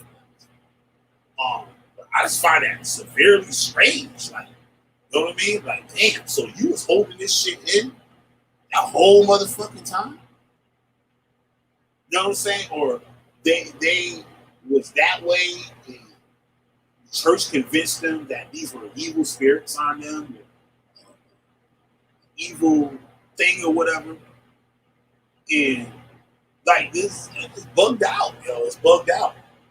You know what I'm saying? That these cults stop people from being who they truly are. You know what I'm saying? Somebody might be a certain way or whatever, and they're not allowed to live that because they have this cult that tells them those feelings or those things are wicked. You know what I mean? God will kill your motherfucker. And it's something harmless. It's not something that could harm somebody. Like, you know what I'm saying? Maybe somebody could be eat pork or something. Like, hope tell you pork motherfucker, you will die, you son of a bitch. God gonna kill your motherfucker. Right? God gonna kill your damn ass. But you know, people be eating pork since the beginning of the goddamn time. You know what I'm saying? Like, I believe the thing about pork in there is for the time. It was made for the time. The pig was like a garbage disposal, probably. The pig ate a lot of things that weren't consumable. It's consumable for them, but the things that their body can handle, your body can't. Say like the pig eats like dead animals and stuff like that. They got all these parasites and everything. And the pig's body can handle these parasites. But when you eat it, you're going to inherit those parasites too. And those parasites will act negatively on your body. You know what I'm saying? It's going to take a toll on your body that can kill you, make you sick. You know what I'm saying? But for that time, like Elijah Muhammad's book, Eat to Live, great book for the time. It's for the time. It was made before there was what's it called? Requirements on how you process and produce livestock for food. You know what I'm saying? They weren't given all these antibiotics and all that stuff before that. After 1940, the meat was processed. You couldn't sell certain types of meat. Like I found out, right? Like venison, like deer meat and stuff. You can't legally buy deer meat unless it comes from a farm. Like there's some people that got deer farms. Like, you know what I mean? They got them fenced in with a high ass motherfucking fence that they can't jump over and shit. That fence got to be high as a motherfucker for a deer not to be able to jump over. But they have deer farms, and that venison could be processed. Can be sold. But if someone goes out in the woods and kills a deer, that deer, they cannot sell that meat to anyone because it's not. It hasn't been inspected by the FDA or stuff like that. You know, like you got livestock that you sell it for food. All those animals got to be inspected. You know, they can put tags on their ears. They got to be vaccinated and all these things and stuff like that. So a lot of those things can't be sold. Like it can be given away. You can kill a deer and give somebody the meat, but you can't sell it to them. Just like, for example, Dunkin' Donuts, right? I used to have like mad Dunkin' Donuts hookers when I was a kid. I knew like mad chicks that worked at Dunkin' Donuts, like all over the city and towns and everywhere I went. I knew somebody that worked at Dunkin' Donuts. And we go there, we get the hookup. We get free donuts, free coffee, or whatever stuff. Hell yeah, deer meat is mad good. You know, I talked about that the other night. I grilled me a deer shoulder the other day. I think it was last year or something. With the Dunkin' Donuts, right? I don't know if y'all know this or not, but all the donuts that are left over after they close, they put them in bags and they throw them in the garbage. They can't give them out. Like, say like if a homeless dude came into Dunkin' Donuts and he hungry and stuff, and they throwing all the donuts out, they can't give him those donuts legally. Because if I don't know if it's legal or whatever, it could. I don't think it's like legal, but not legally they can't give it to him. If they give it to him and he gets sick or something like that, like that's a lawsuit or whatever. So if the people want to get them motherfucking donuts, they got to get them when they're in the dumpster. Then they ain't got no responsibility to it. So the bags, they put all the donuts in the garbage bag and throw them in the dumpster. Once they hit the dumpster, anybody can go back there and get them or whatever, if they're not responsible. But if somebody say, "Hey, yeah, we throwing these out here, take them," and stuff, like they're not allowed to do that. They can lose their job. I forgot technically how it exactly works. Because we used to do that. We used to go at the end and get all the donuts, and then the chick got in trouble and told us that, like, yeah, we can't do that. But we was like probably 15, something like that. So they throw the motherfuckers. We'd be right there, like in the back, like when she getting them up. Yup, dumpster diving, exactly. Because they had the cameras and stuff. So as soon as they back there over the dumpster, so they throw it, we was snatching right back out of that motherfucker. And we be driving around town high in the motherfuckers. We be high as hell and shit with a big ass garbage bag full of donuts and Boston cream and coffee. And we was high as fuck, got the munchies like a motherfucker, just eating donuts and shit all night. And until we get almost sick, then we just start fucking throwing donuts at people. Yeah, we was crazy kids. We was bugged out. But yeah, man, it's like, yeah, I just think that whole thing, it was me, it was a good thing that those dietary laws was made, because it was there to help people live. it was like a textbook, like how you survive out here. Like, don't eat that animal shit. That motherfucker will make you sick. Like when you had to go to the bathroom, you couldn't go to the bathroom like where you're at. You had to go outside of the camp and go to the bathroom. Why? Because your feces and stuff like that carry disease. It would attract flies and other disease. And with that disease, it would spread to the people. And people will start to get sick because they're around all that stuff. It's very simple. It's not like, because God told you so. Like when we asked them, why God said we can't eat pork? Because he said so, nigga. So I'm asking questions. But when you look at it, that's really what it was. It's not like he made this stuff that way. It's like, yo, like these motherfucking animals and shit, they're here for a reason. It's like plants and insects are here for a reason. You kill all the bees and stuff like that, the environment's going to change. You kill all the rabbits and stuff, the environment's going to change. You know what I'm saying? You got little animals and stuff with that. You got to have bigger animals to eat them, to keep them in control, population control. Like people do that, like hunters and stuff. In these, what you call it, conservation people, whatever, that monitor wildlife, like an area for hunting. So, you can only get so many deer a year. You go fishing, you can only catch so many of these fish a day, and they have to be a certain size. If not, your ass is going down. You give you a big ass fine. Like now, our bluefish out here, striped bass got to be damn near 30-something inches, like 32, 34 inches for you to even keep them. You catch a bluefish, that motherfucker better be 30-something inches long, or you going down. I think it's $100 an inch they charge you. That is short. $100 an inch. Take all your gear and everything. So, like, these days, people talking about, oh, why we gotta have permits to go fishing? The white man the one that fucked up the water and messed up all the fish and all that stuff. Nah, man, you gotta like be able to conserve. Like, you can't just be eating up everything up in that. You're gonna fuck the whole shit up. Then nobody gonna have it. I was a good one for fishing without a license. That was me all day. But now I understand it. Like, you know what I'm saying? I understand. Like I got messed with. I got caught a couple times without like fishing licenses. Like they're always cool with me and stuff. They let me go. I never got a ticket. It's like, yo, you supposed to have a license. You supposed to have a license.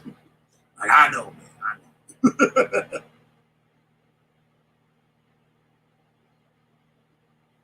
I don't know. I don't know. I'm about to get up out of here. Trying to get me something to eat. I don't know. I'll be up out here tomorrow talking shit. I don't know. Anybody got any questions or anything? Come up out here. Put the link in the chat.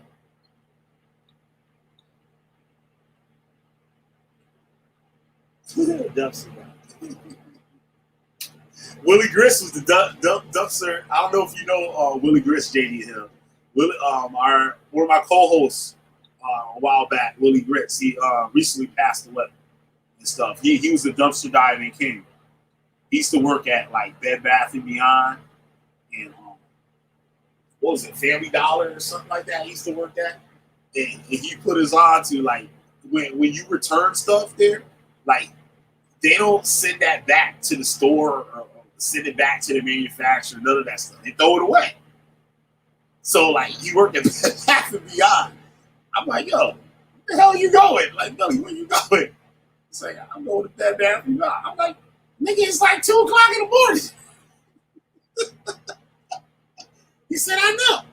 So I'm going to go get some shit. I'm like, nigga, you about to go rob Bed Bath & Beyond? He's like, no.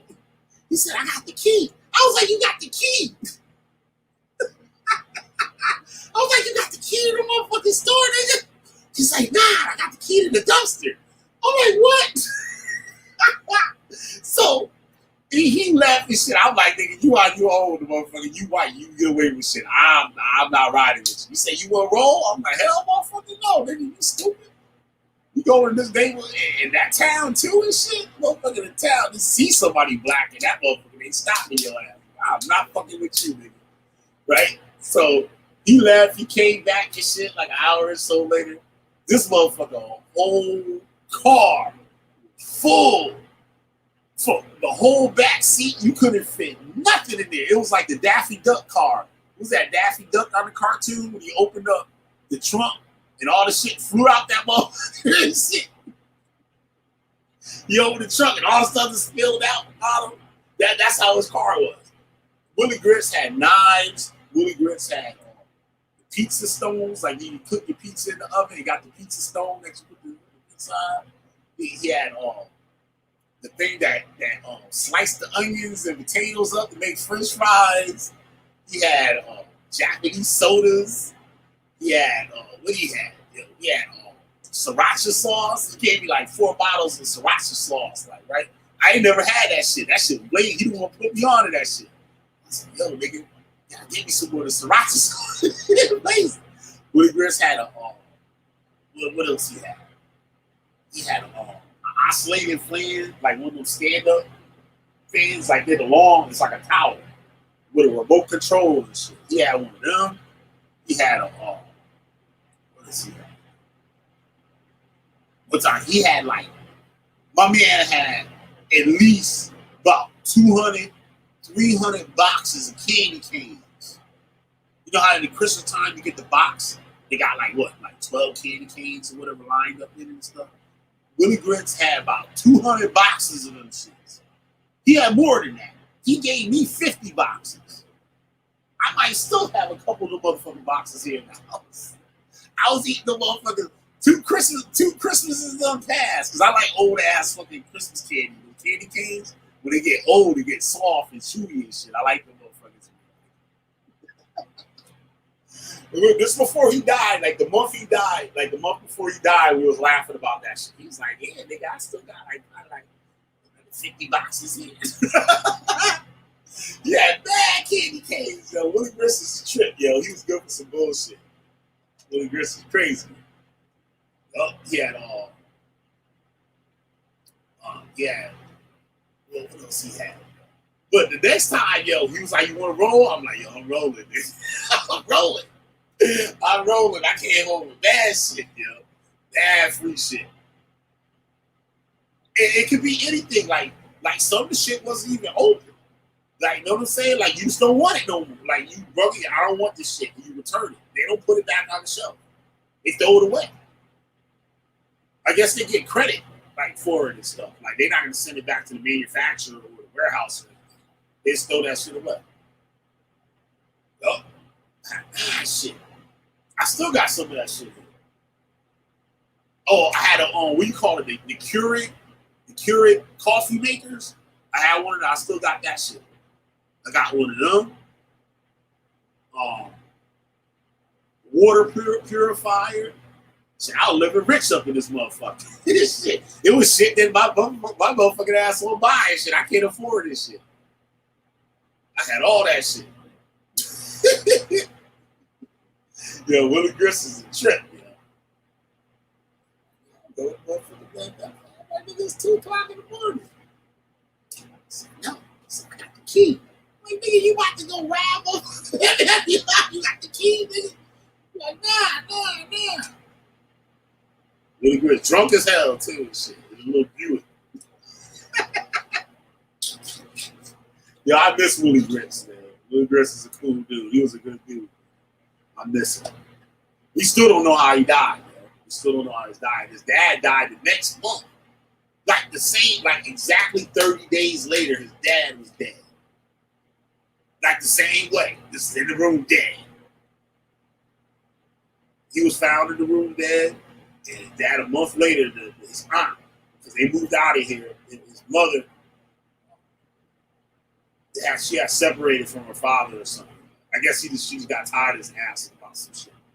And went to go live with her sister in New Jersey. And then she got a heart attack and stuff, was in the hospital and stuff, and then she had died. So before she died, her husband moved to New Jersey, like with her. I think was it before or after? One of the two. But Willie had to go get the house where they was at, all cleared out, so he could move out, move to New Jersey. So he was only in New Jersey for like a few months before he died. Maybe he might have been in New Jersey 6 months, maybe. I don't even think it was 6 months. No, it probably was like, it might have been longer. It might have been, he might have been there a year. I don't know how he died. He had got sick. Something happened to him. He passed out behind his door, and he was like knocked out for 2 days. His dad found him in the room. He couldn't walk. His like all his motor skills, like his legs, was gone. His father came in the room. He fell behind the door, so his dad couldn't even open the door because he lay behind the door. His dad got the door open and thought he was drunk. Will Grist be drunk than a motherfucker.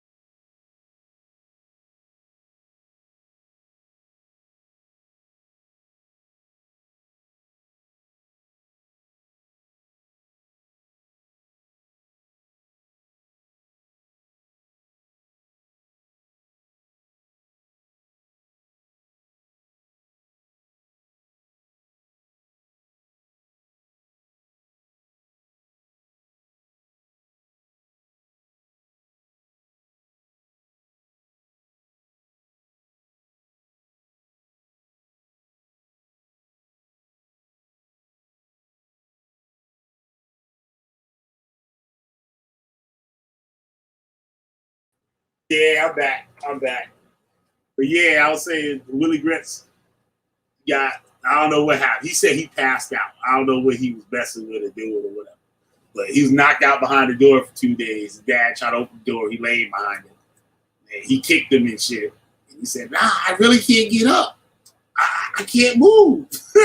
So dad saw the shit was serious and they went to the. But he was walking with a walker and all that shit. I was calling him Aunt Edna for a while. Like, I don't know if y'all remember National Lampoon's Vacation. The grandmother, Aunt Edna and shit, they had took her. They went to their uncle cousin's house or something, and the grandma came out, and she wanted to go with them, and then she died in the car and shit, and she started stinking, so they put her on the roof of the station wagon. I don't know. That's a great movie, National Lampoon's Vacation with Chevy Chase. That's an old 80s movie. I gotta check that out. So he was walking with the walker, so I was calling his ass Aunt Edna. Yeah, so yeah, that shit is crazy. Yeah, I'm back. Yeah, it's calling his ass Aunt Edna. So I was just fucking with him like just before he died about that. But what's strange too, his dad's brother died, and he was saying how his dad hates Christmas because that's the day that his brother died. His only brother died in a car accident. So he feels bad for his dad and stuff when Christmas comes around. And Willie Grits died, what was it, 3 days after New Year's? 3-4 days after New Year's. You know what I'm saying? So yeah, they said, all I know is they found him in a room dead, and his dad said he had like 5 mint bottles in his pocket. Like But that's really great every day. Like, don't say that. Like, I was like, he died from that shit. Like, don't say that motherfucker stay drunk. This shit. I don't know. But it's crazy, though, that, you know what I'm saying? Like, so New Year, like Christmas, his dad don't like his brother died. And now his son dying 3 days after New Year's. So, like, I was like, damn, this dad got to be going through it. But then again, 30 days later, his dad was having like an asthma attack or something. And the aunt went and brought his inhaler in the room. And I guess she ain't paying no more attention to him. Like, because he goes to work different times and stuff. And she ain't paying no more attention to the nigga. And I guess a week or two went by, and this motherfucker up in the house dead. And she don't even know it. And I'm just like, damn, how the fuck she can't? Like, until she started to smell him. Like, that's when she went there and saw he was in the bed dead. So like, there was an investigation, like, to make sure, like, you know what I mean, she ain't killed his ass and shit. Which is kind of weird, like, you know what I mean? I could see an investigation for that. But yeah, his dad died next year. The next month. That's strange as hell. And the mother died, what, less than a year, I think, before Willie Grits died. So that's the whole family wiped out. There was no more siblings or anything. Oh, that shit bugged out. That's some strange ass shit. But that's how life go. You never know. When you gotta go, you never go. Life's the bitch and then you die. That's why we get high. Because you never know when you gotta go. The song went, yeah, come in threes. Yeah, that is the old saying. Come in threes. Fuck that. Get my ass out the equation. Fuck that shit. Yeah, that shit's bugged out, man. Willie Grits is definitely missing. We still got candles out here for him. Like around a pole we used to hang out. There used to be a street light and shit we used to hang out. Still got candles on there. Oh, Willie Grits is definitely missing around here. Like this time right now, me and Willie Grits would be chilling. Like, if he still lived out here, we'd be right out here chilling. Drinking or whatever. We'd be in the street. Like, people still drive down the street and slow down. Thinking that there could be a random drunk motherfucker hanging out in the middle of the street. Like, to this day, like, we did stop hanging out in the street like that and stuff out here. But, like, people still to this day, they drive, you see those brake lights come on when they get to a certain part of the street and stuff. Because they know, like, yeah, there can just be some drunk motherfucker out here. Just falling from the fucking car. Willie Grits used to be out here with a baseball bat and shit, like 4 in the morning, pacing in the front yard, drunk.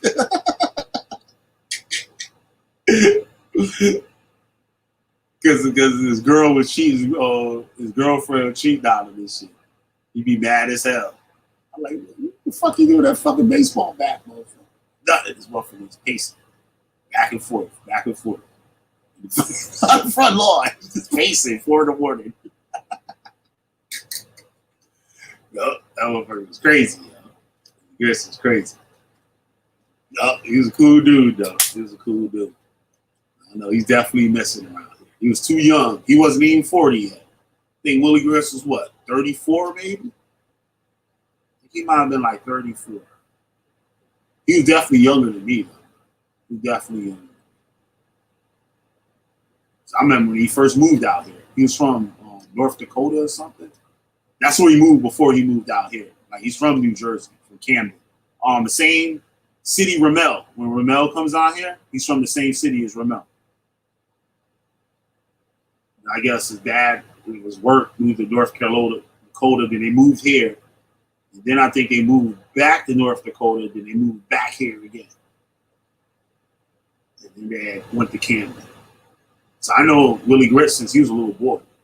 He was a little kid. He used to chase us around and stuff. He used to be checking out our sneakers. Yo, those are fat sneakers and shit. I wish my mom would get me them shits. Willie Grits. Willie Grits, all his friends was black too. He had all black friends. He was a token white kid. He was a cool dude. He would definitely be sitting right out here and shit. He still lived out Like, yo, what you doing? Yeah, nah, it's fine. Daddy ain't struggling. You didn't hear me, brainstorm? Daddy dead. Dad died 30 days later.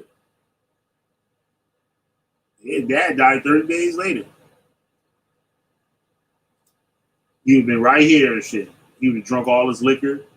Like, yo, go for a ride.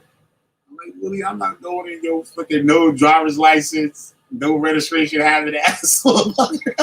You want me to ride into your ass in the hood and shit? Like, this you alone in the car gonna get us pulled over, motherfucker. Nah, he wasn't no Israelite. But he used to put up with all my Israelite shit, though. There's a video, he describes, like, being around Israelites and shit, but he didn't put me in it. Like, he didn't say, I didn't care if he would have said it was me and shit. I was shocked that he said it and, like, played it off like he wasn't talking about me and shit. And, like, when he dropped my bottle and shit, I was like, man, get your cracker ass lips off my bottle. But, like, I used to try to explain, like, the Hebrew Israelite thing, like, to Billy. Like, I at one point, I was like, yo, Billy, you could be an Hebrew Israelite. Like, you know what I'm saying? You hang around niggas, like, you know what I'm saying? Like, who knows? That could be, like, in you. You might appear white, but you could be an Israelite. You know what I'm saying? Because that was the doctrine that I grew up on. You know what I mean? That you could be an Israelite. Like, Israelites come in all colors and stuff. So you could appear to be a white person and actually be an Israelite. Or you could appear to be anything and be an Israelite. So they say Israel was scattered to the four corners of the earth.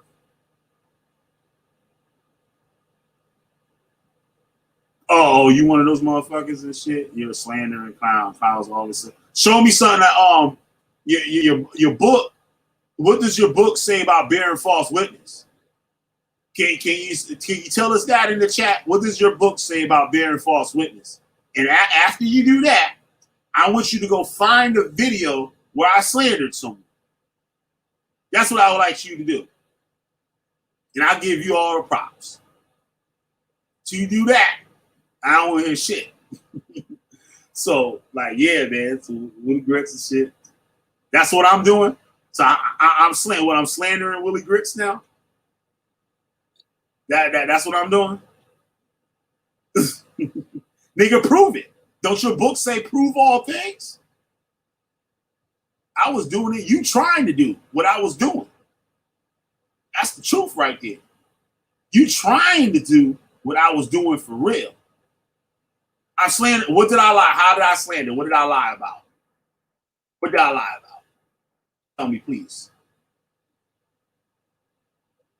If we're in the court of law right now, nothing you're saying holds any weight. You gotta have evidence. That's what I use. I got receipts for everything I got. So, you see, you're coming over here because you don't got nobody to talk to. You're coming over here because your whole spiritual system is getting flushed down the toilet and you don't know what to do about it. You're coming over here because the Hebrew Israelites is the only thing that's keeping you from being a crackhead. Now you gotta go out there and get some of them Nolan's crack. You don't want no regular crack. You want that Nolan's crack.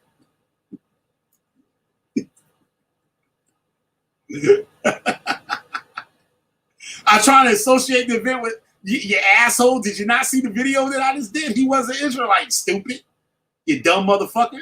I had his motherfucking wife on the screen. You dumb, non-spelling motherfucker. Get hooked on phonics, bitch.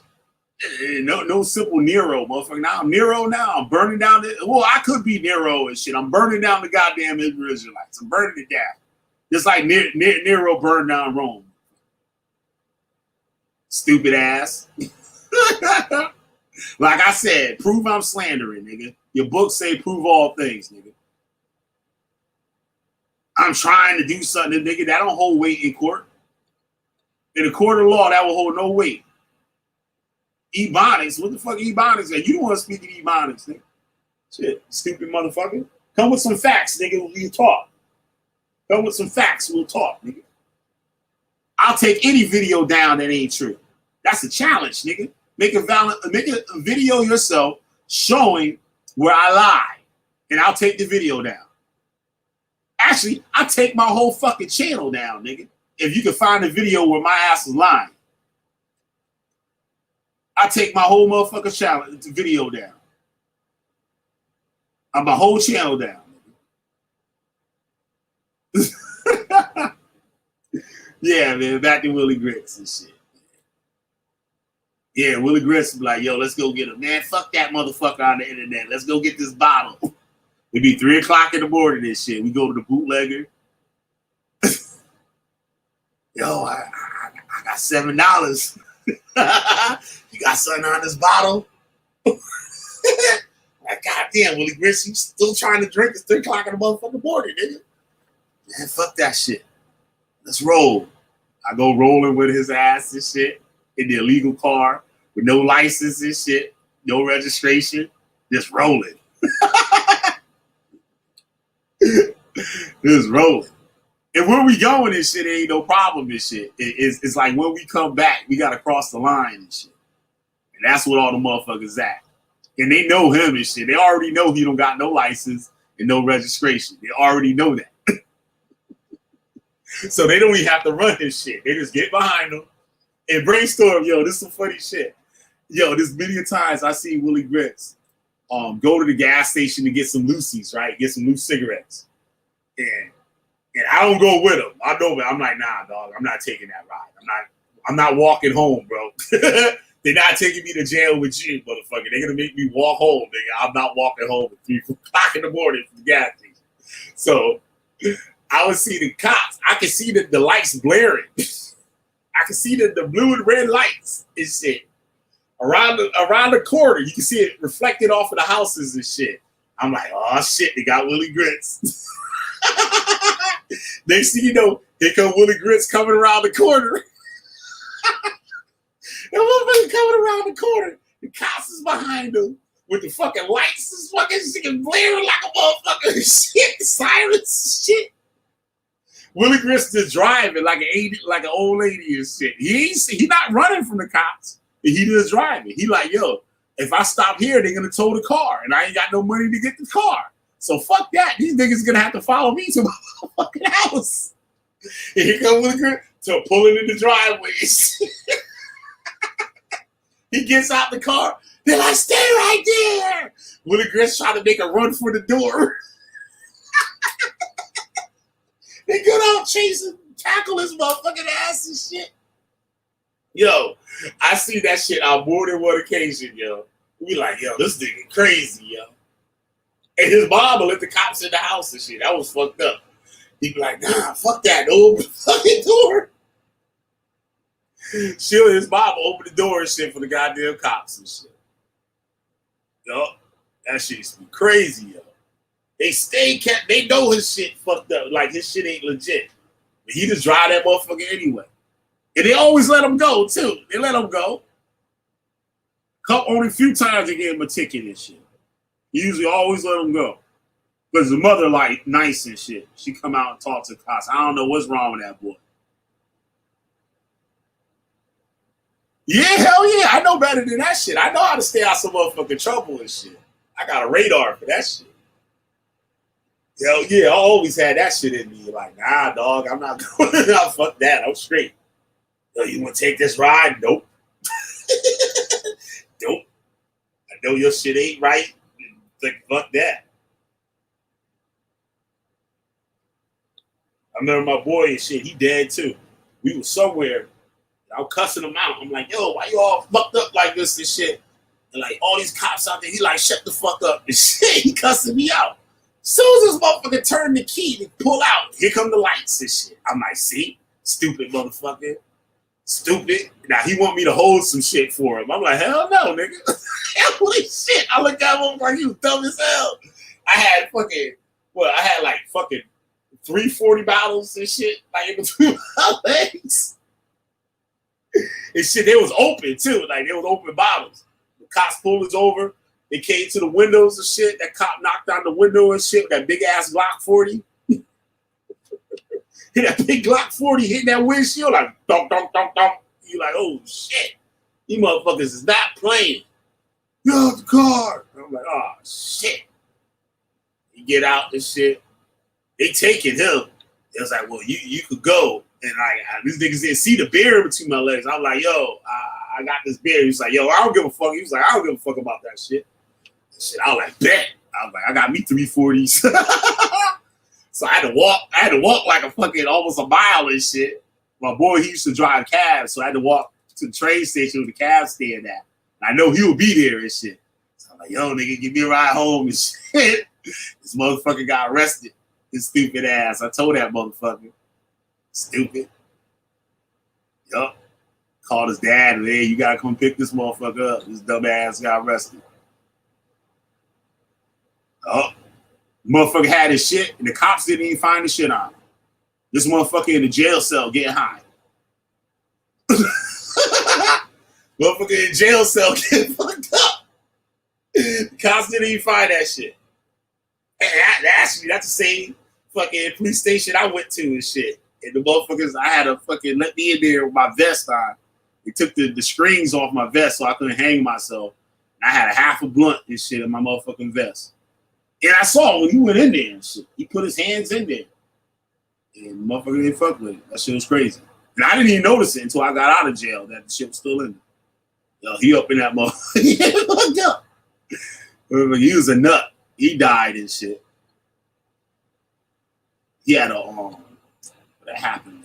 He had like a stroke or something. He was in a wheelchair. And he didn't want to go to therapy. He would have been good if he went to therapy. He didn't want to go to therapy. He kept doing what he was doing and shit. He ended up getting pneumonia or something. He died. He was young too. He died at 28. Died at 28 years old. Another good kid. I got a whole bunch of friends that ain't here. A whole bunch. Dying from all types of stuff. Shootings.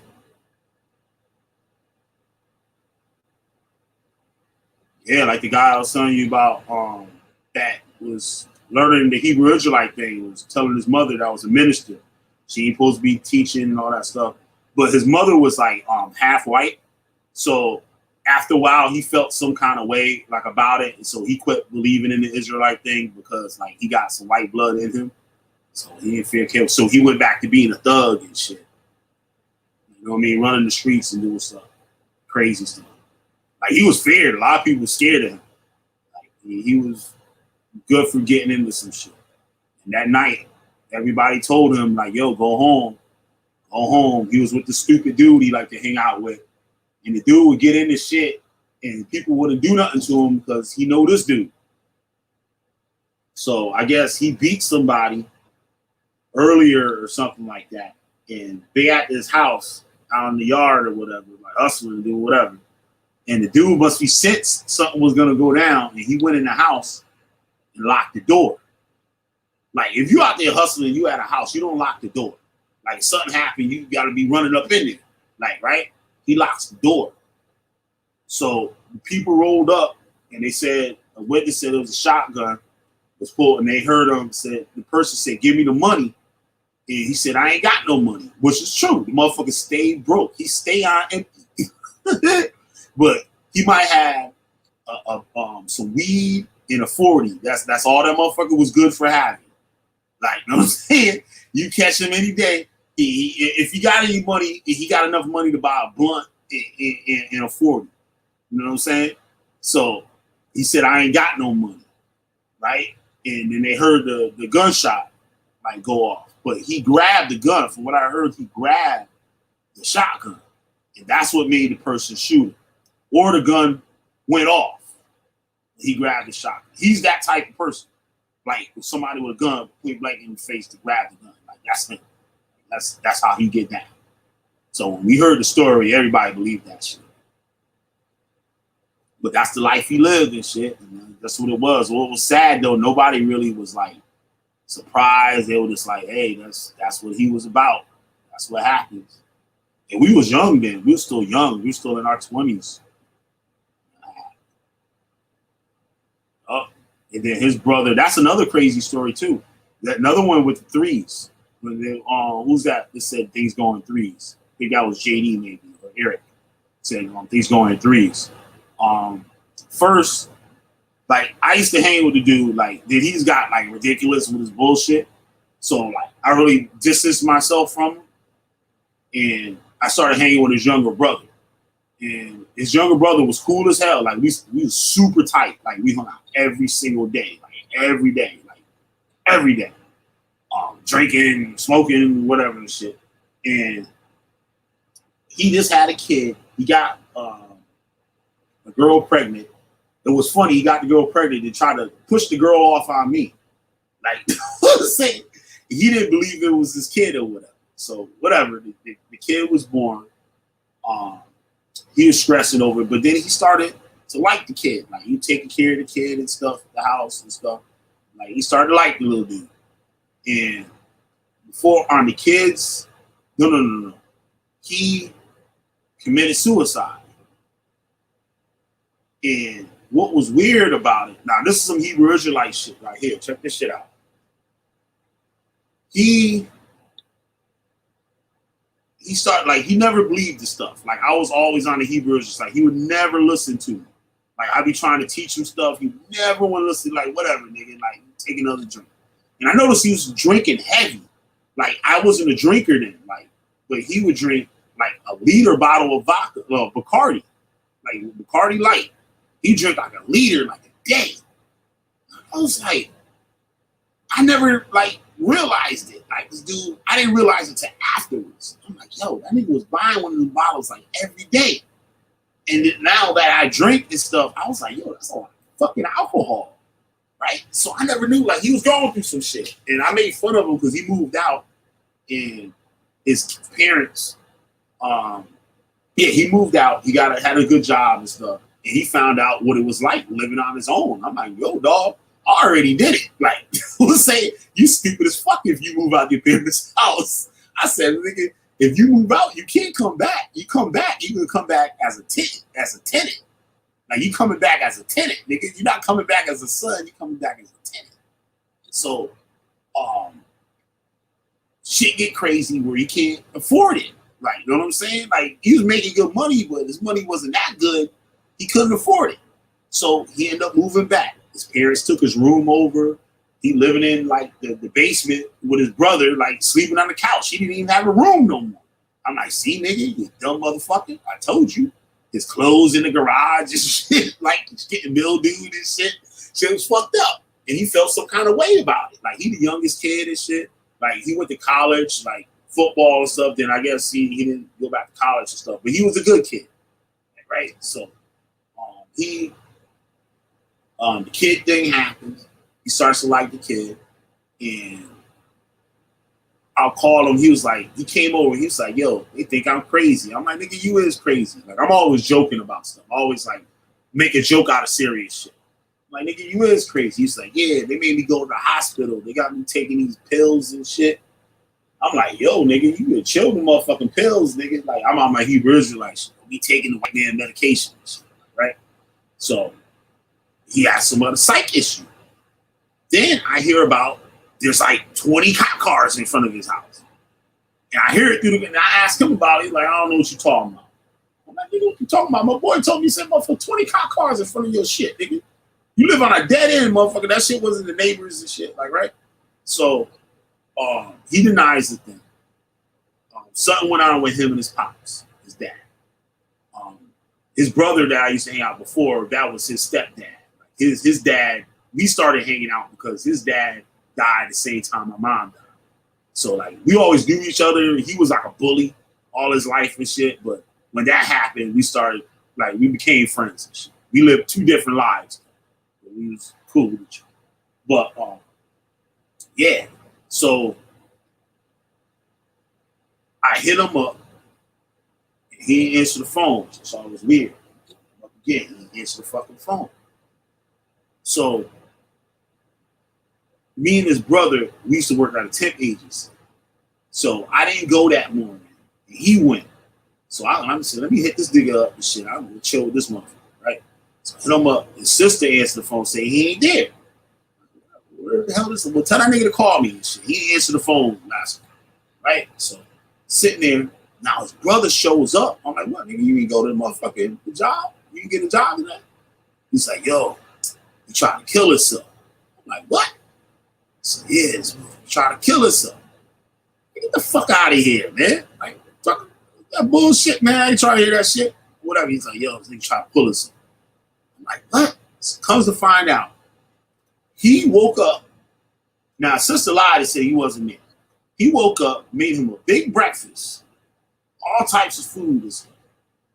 Said he went downstairs, and his sister upstairs, I guess, making her breakfast, and she hears a loud bang, him scream, and the TV fell down. Like he knocked the TV off the stand thing over. And he screamed. She come down there. This motherfucker got a knife, stabbing himself in the neck repeatedly. And I guess she said she tried to get the knife from him. He takes a pair of scissors, puts the scissors to his chest, and starts running into the door with the scissors, jamming the scissors in his chest. Then ran upstairs, and they had an upstairs door that you could go out and walk down the steps. He goes out that door, climbs on the banister, and jumps on the roof. Goes to the peak of the roof and jumps off head first into the driveway. Still didn't die. So I'm like, what the fuck? Like, this shit crazy. Like, you know what I'm saying? I couldn't believe it. Like, it bugged me out. Like, I was totally gone. I was gone. Like, for months, I was like a zombie for months. Like, that shit really took a toll on me. I used to sit in front of my house and wait for him to, like, come around the corner. Because he called, say he coming through. And I would see, I'm like, where this dude at? And shit, I'm ready to smoke. Like, this motherfucker at. And I'll open the door and look. I can see the corner. And I can see when he hit the corner, like come around the corner and shit. So I used to sit outside and just look for him. Just come outside. I mean, come around the corner. That nigga ain't never came around the corner. I was out there for weeks. I would just sit outside and just be like, I'm thinking like, oh, he just gonna pop up one day like, yo, I threw all those motherfuckers and shit. Nigga, I ain't dead. Like, that's what I thought. Like, that shit really screwed my brain up.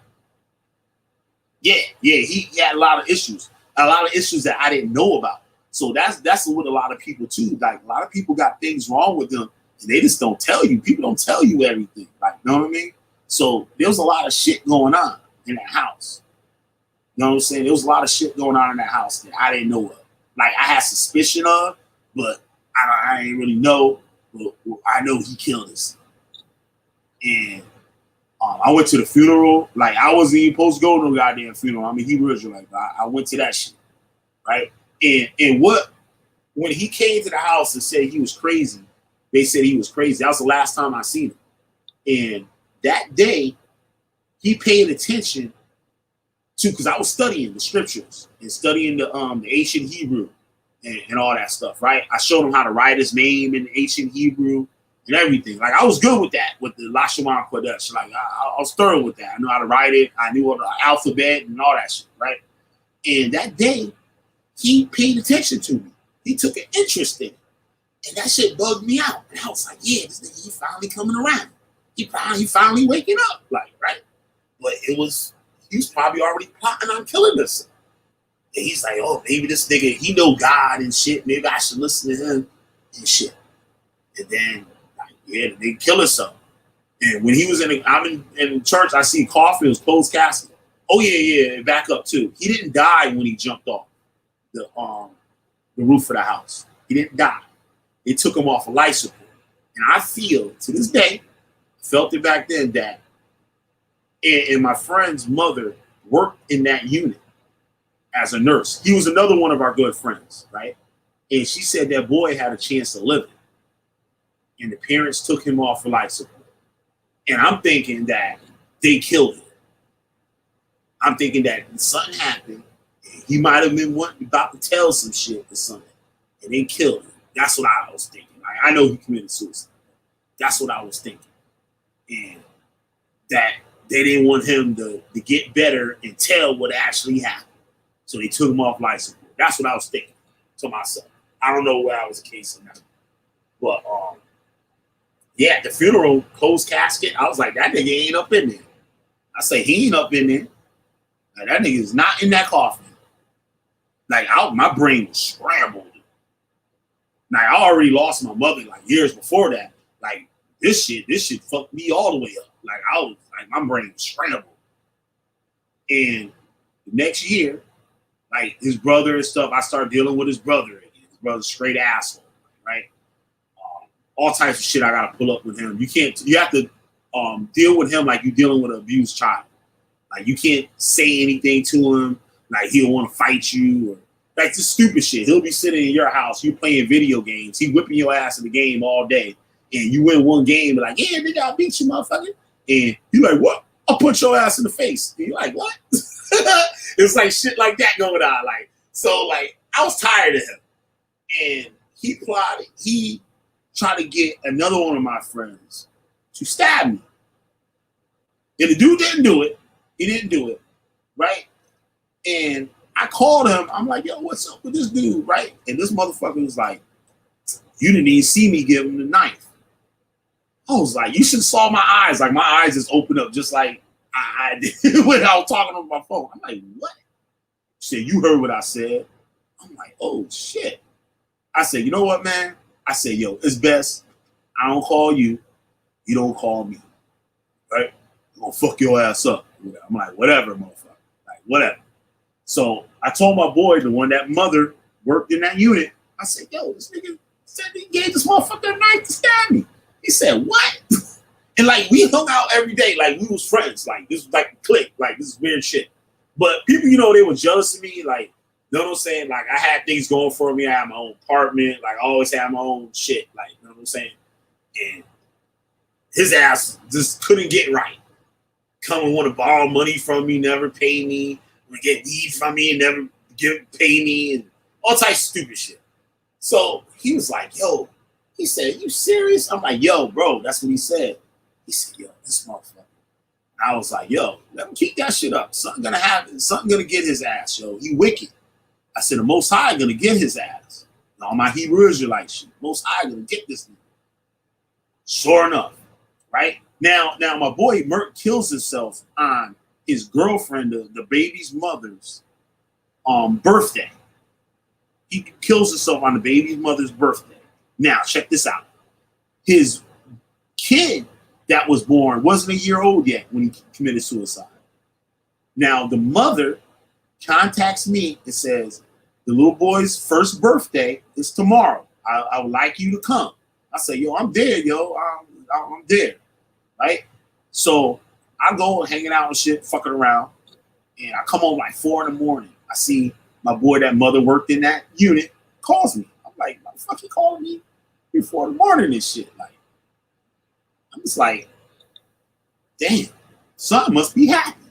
So you know you go to bed thinking about some shit, and I'm like, and I'm thinking, damn, I wonder if something happened to this dude. I'm not gonna say his name. I just say this dude. I wonder if something happened to this dude. That's what I'm thinking as I'm falling asleep. I go to sleep. I wake up to the phone ring. I go to the phone. I see the caller ID is him. I pick up the phone, and he says, yo, man. And I just say, damn. I just said, that's what the first thing I said. I said, damn.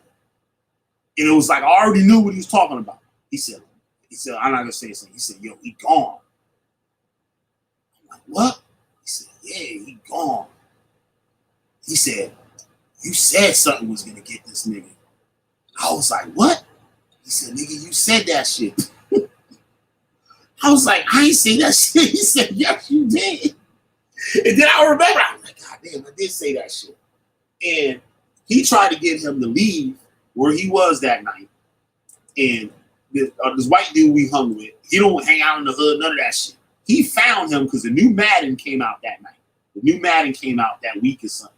And he wanted them to come in the house to play Madden. They used to like playing Madden on the whatever, the fucking Super Nintendo, whatever the fuck it was at the time. And he wouldn't leave. And he goes out there. I told you about the dude pulling shotgun and shit, shoots him. And when he shoots him, he says, I'm hit. Other people said, and he was trying to get in the house that the dude was in. He locked the door. He said, I'm hit. And he dies on this porch. And the dude that was in the house calls my boy that just told me, he said, yo, They killed him. They killed him or whatever. He said he's dead. He's dead. But come to find out, he didn't die at the scene. He died at the hospital. They said it took a long time for the ambulance to come and everything. And he was literally about 5-6 blocks from the hospital. You can see the hospital from where he died. You can literally see it. And what was funny, about a year or two before that, me and him saw somebody get shot. Like 1 block from there. Actually, where he was hanging out, where everybody was trying to get him to leave. And the cops put the dude in the back seat of the car and was questioning him instead of taking him to the hospital. Let the dude die in the back of the damn cop car. Didn't even take him to the hospital. Dude died looking at the hospital.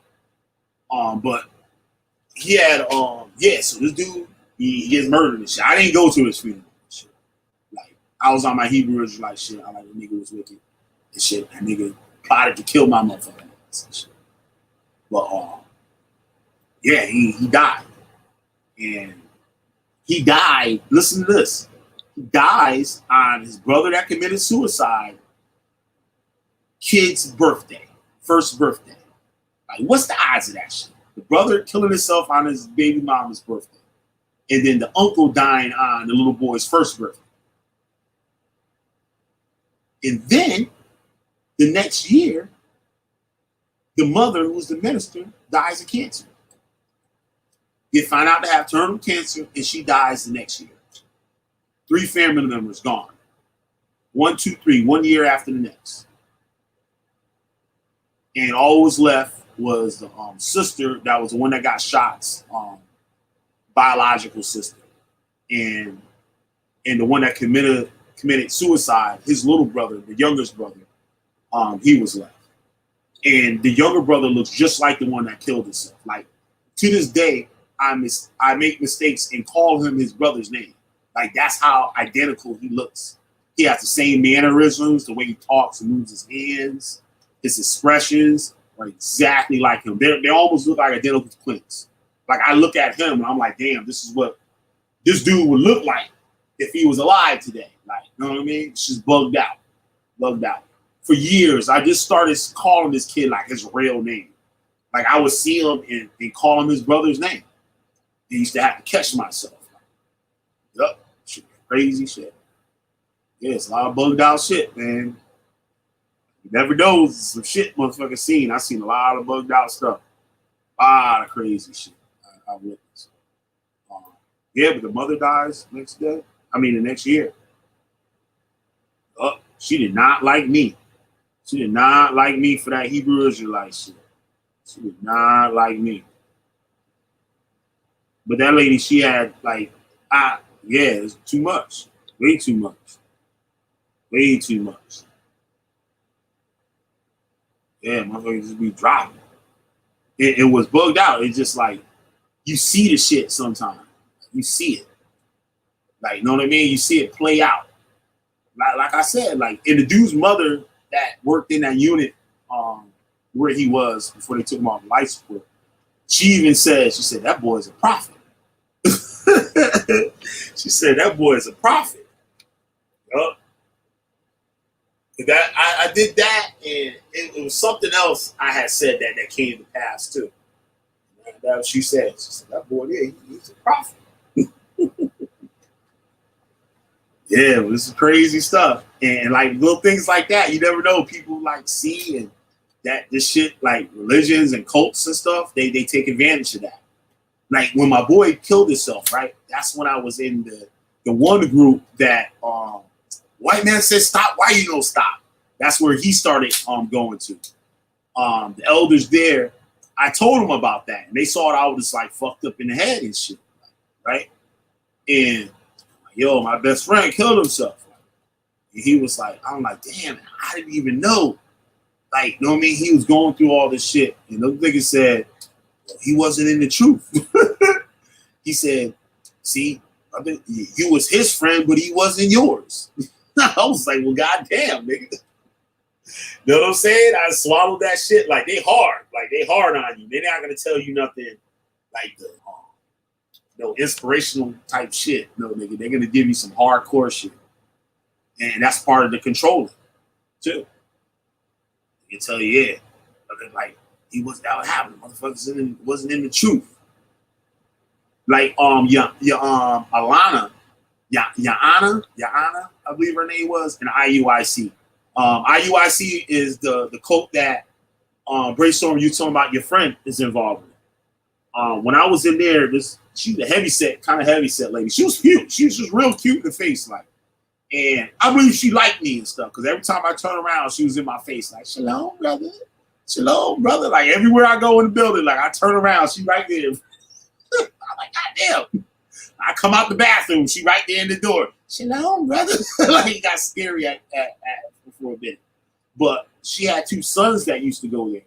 And one of them, he was into it. The other son didn't really give a fuck about that shit. Like, he just looked aggravated that he's up in there. They used to sit right in front of me. And after I left, like, this was a couple months after I left, the Mike Brown shooting happened.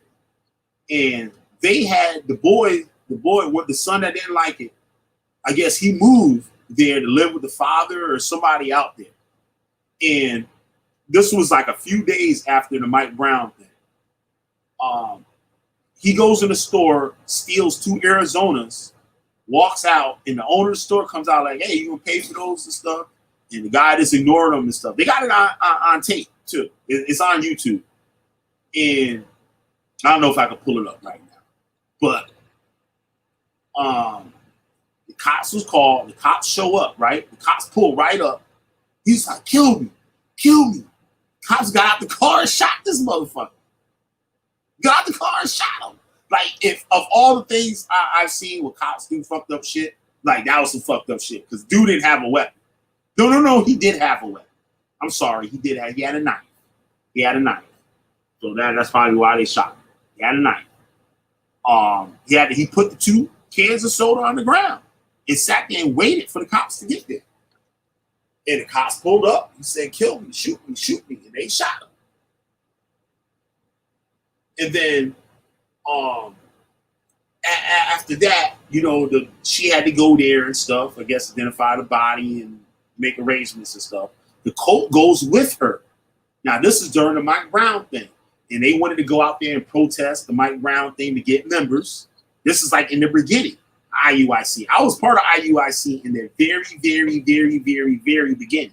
Like the very beginning. Now he was voted in some magazine as the most issues religion or something, like the fastest growing or some shit. They say he worth how much they say he worth? 25 million or some shit like that. Yup. 25 million, I think they said Nathaniel A is worth. Right? And they went there to protest. Now the news is interviewing the mother, Ayana, right? Now they got all the Koch brothers there to support her. But what it turns into, the cops are asking her about her son and what she think about all the shit, whatever, right? They take over and speak for her and starts talking about the cult. That we need to go back and follow the laws of the Most High. And here at IUIC, we do this and do that and all this. I was like, yo, this shit is disgraceful as fuck. Like, this woman's one, you over here trying to make a cult advertisement, nigga? On the news, it's supposed to be about her, not this damn group. But she's in the cult. So she let them do that. She's still in the cult. She's still in that fucking group. Right? I talked to one of my boys that's in the group, right? He started not to like me. He was like my dude, like in the cult. Like we was tight as fuck in there. And now, last time I spoke to him, he like, I don't know, like that shit took a toll on him. Like, he acted a little different. But he told me that she's still in it. And when they got back to New York, they had a class. I wasn't in. I had already left IUIC when all this went down. But I watched the thing on the internet, and they talking about her son with her right in the building, saying that hell with that nigga. He didn't want to learn the truth, so the Most High killed him. And she said, them niggas said that shit right there in front of his goddamn wife, his goddamn mother. And this woman ain't doing goddamn. I'm not gonna call her a bitch like I called the other lady this afternoon on the video I just uploaded before. I called her about about 500 bitches in that video. I wanted somebody to count how many times I said bitch in that video. But I met every one of them too. But they sat right there. She sat right there and let them say that about her son. I couldn't believe it. I'm like, yo, this shit really going down like that? I'm like, this shit is really going down like that. I couldn't believe it. And they had no remorse. But that's how they get, that's when they know they got somebody. When someone's son could die and they can sit there and curse their damn dead son, and they sit right there and swallow it. Sit right there and swallowed it. I couldn't believe it. Let me see if I can, I'm going to look real quick. IUIC member shot. What that happened in St. Louis when Mike Brown thing happened? Yeah, here you go. I found it. It's right here. Hold on, let me share the screen.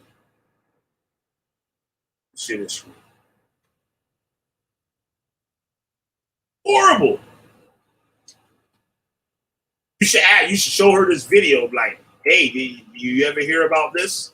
And see what they say. And they probably like, they'll probably say, the hell with that boy. He ain't believe in the Most High. The Most High killed him.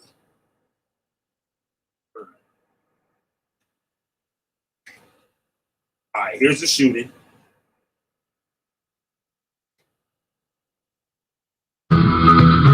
As your small business changes, your business insurance should too.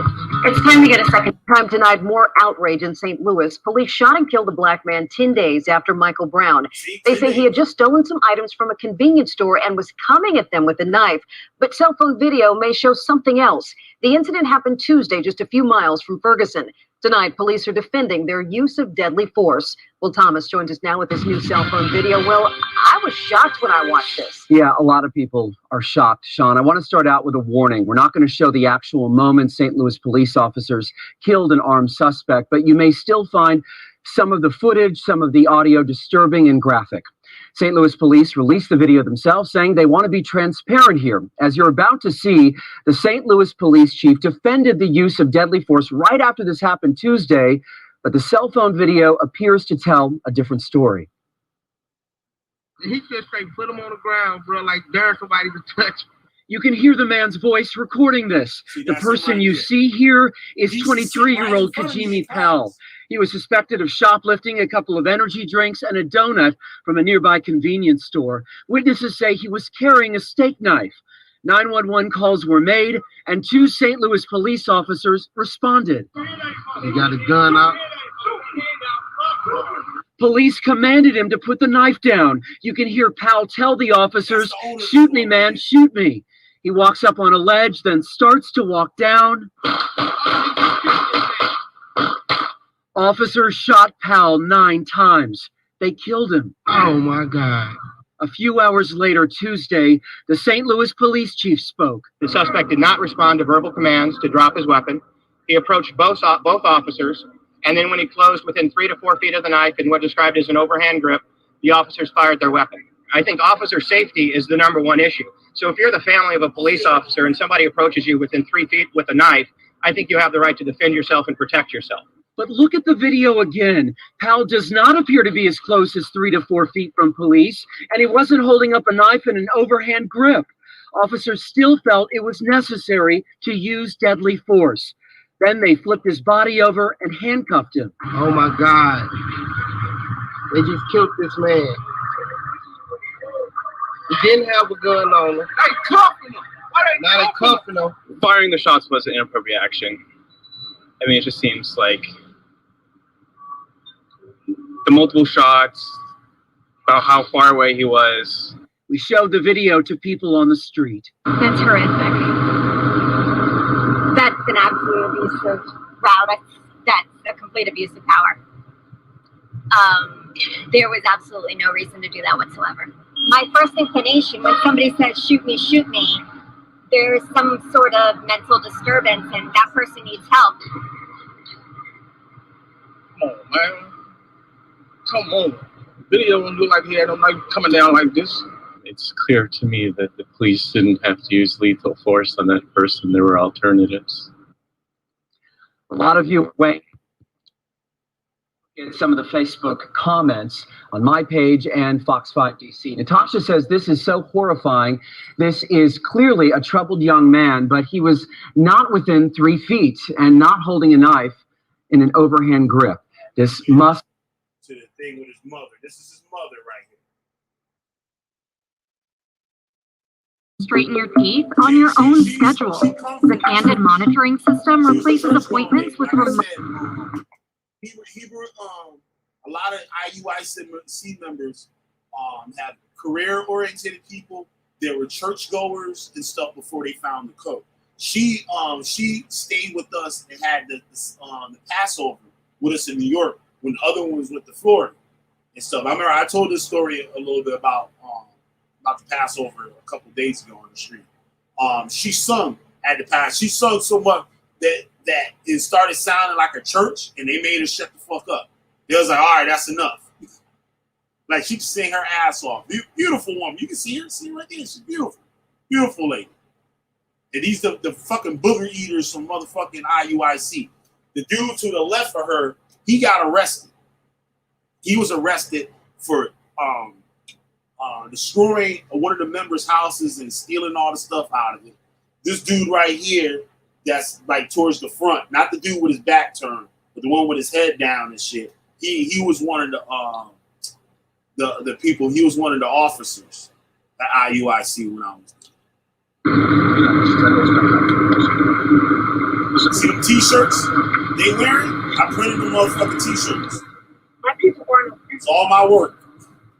My son is tired of that oppression. I myself am tired of that oppression. My son's death is just another inhumane sacrifice.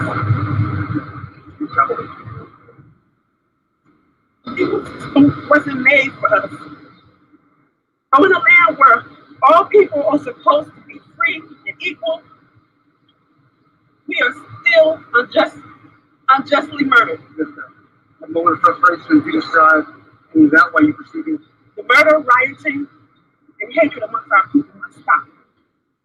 It's the direct cause of the oppression in which we suffer.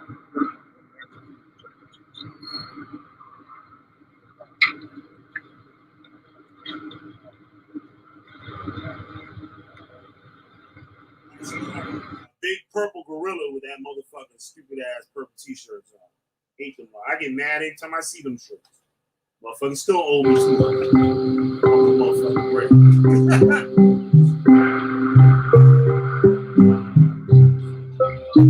This is a running photo. Straighten your teeth on your own. All right, let me see. They don't got the class.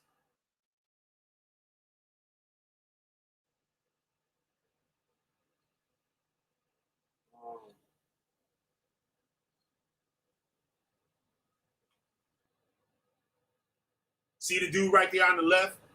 The light-skinned dude holding the Bible? He's the one that used to take me to class. We was good friends and stuff. Shem, he's the one that had an autistic kid.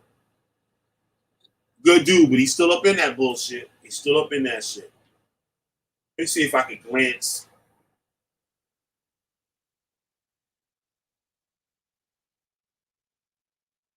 Nah, I'll have to dig deep to find that video with them when they were talking about him. They were just shitting on him. All right, this is the video, the conference, I think, when they took over her. And does his will. That man is the man that God is going to hear. And the will of God. No one knows? Because read that again. First Kings chapter 8 verse 10, that sinneth not, and thou be angry with them, and the men. Wait a minute, was we not carried away captive? They gonna tell you repent. I bet he ain't gonna tell you keep God coming. Let's just walk in home together as a people. See how he looking from side to side? That's how you hold the camp. That's how you guard the camp. He's like a security guard.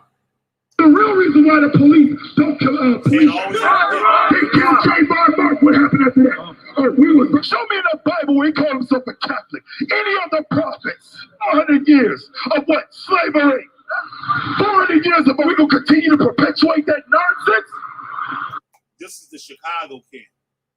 They had the camp in New York and the camp in Chicago. Those are the only congregations they had in the beginning. They had those two. No, brothers, we ain't towards what? Now they're all over the United States and in Europe, in Africa. In the West Indies. Brothers and sisters, we don't come from Africa. They told you we was up in trees scratching one day. And all what you gonna do, but I'm gonna make sure God hear me when I cry out. C. Jackson can't pray for you, brothers, sisters. Read that one more time. Verse.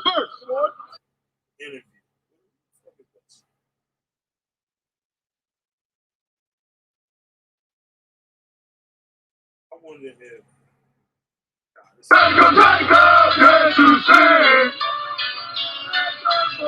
What the Most High God has done for me. God trying to give us the kingdom. Because I got them to do this. Because I used to speak about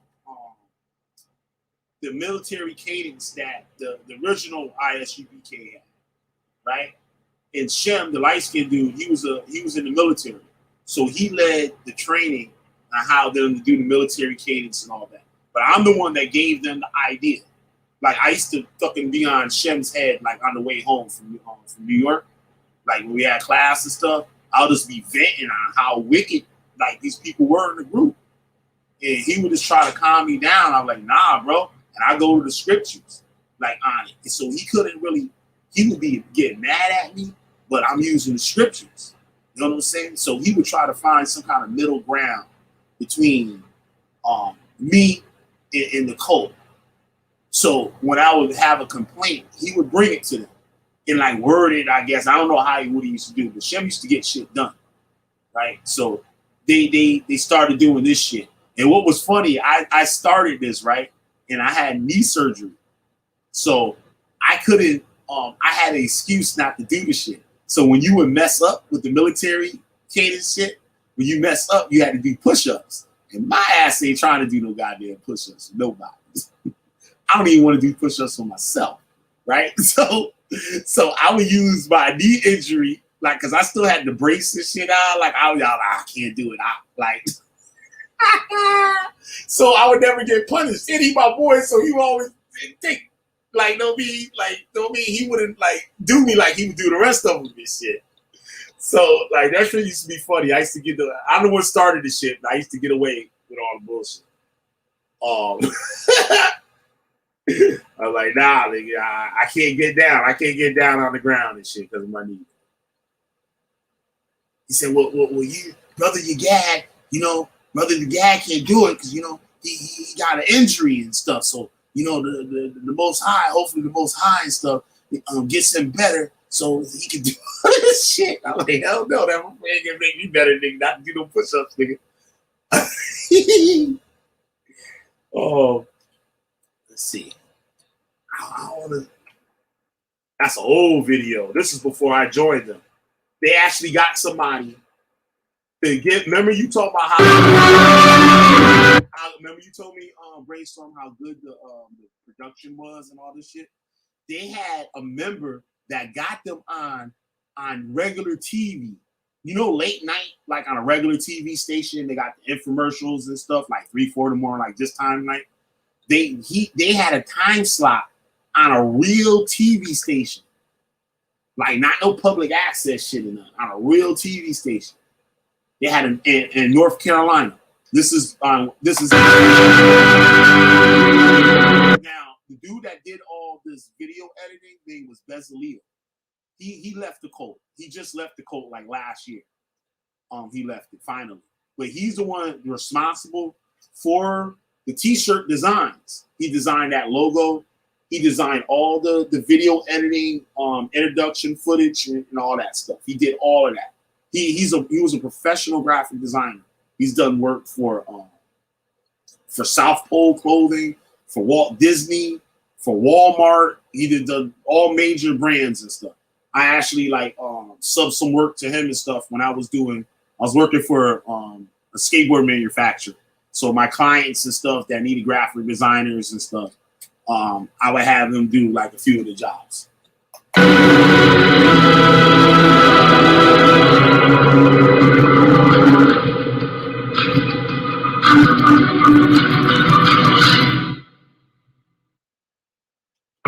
Chapter 8, verse 32. And ye shall know the truth, and the truth shall make you free. So I couldn't stand that nigga talking. That nigga talking, I can't stand that nigga. He weird as fuck too. When I was printing t-shirts one time, let me tell y'all a story about that. I was at the school, right, printing t-shirts. I used to be in there by myself and stuff sometimes. And the other brother and stuff used to be in there sometimes chilling with me and helping me. He shows up, right, with a 22 ounce of Heineken. He walking down the street. I'm like, what the fuck this nigga doing out here? He come back there and he's sitting in the garage with me, and he take his shoes off and shit. And this nigga laid out, sprawled out on the couch and shit, like just talking to me. I'm like, what the fuck? Nigga and shit, like they got his shoes off and shit. And he Jamaican and shit, right? So you know Jamaicans taking off their motherfucking shoes and shit. Nobody want to see that shit, right? So the nigga like ask me like this personal shit, and that's what the cult does. Like they want to get in your head to see who you really is and shit like that. And now I was a independent sales rep at the time, so I gotta call clients and emails and shit like all day. And I'm like, yo, I got my own business and shit, so like this is a lot away from my business coming here from Connecticut and New York, like 3-4 days a week. So they said, oh yeah, well you can use the computer in the garage and shit to do like what you need to do and stuff while you're here, right? So they let me do it. This fucking nigga gonna come in there and change the password on the computer, and then all of a sudden they don't want me to use the computer.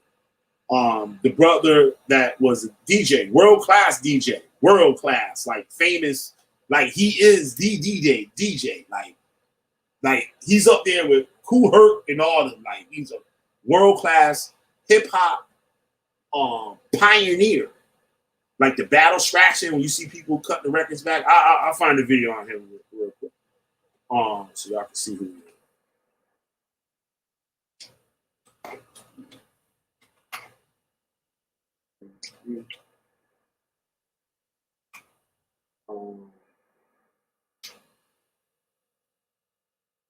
That's him right here. 19.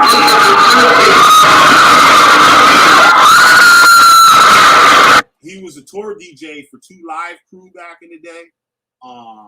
For was it John? Not Johnny Gill. R&B singer, yo. He was best friend. He was good friends. He grew up on the street with him. Teddy Riley. He's tour DJ for LL Cool J and some other big artists and stuff too. He was on Arsenio Hall show and shit.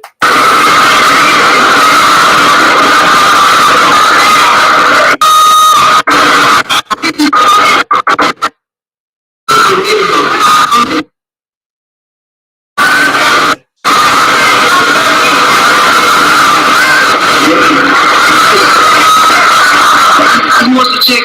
You must check around.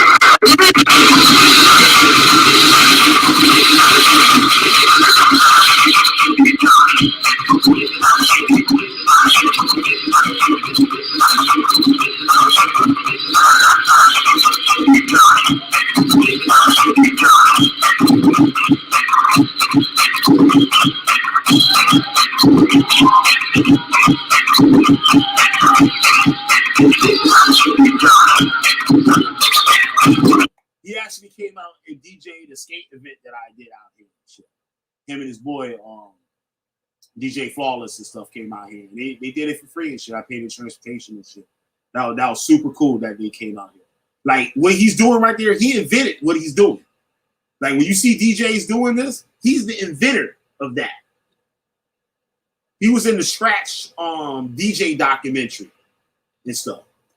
It was called The Funk. And then, you know, corporate people and stuff took it and they turned it into beat juggling. He used to tell me a lot of things that was going on in the music industry back in the 80s and stuff like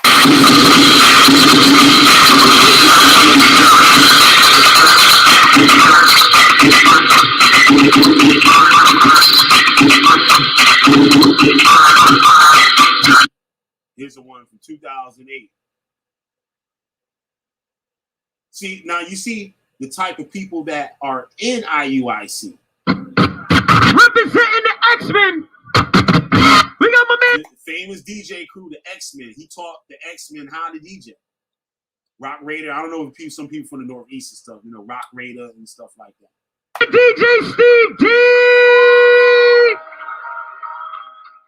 Let's go, Steve.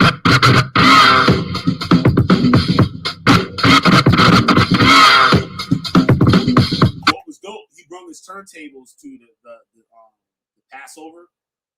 They were telling that the woman whose son got killed by the cops, she was singing and stuff.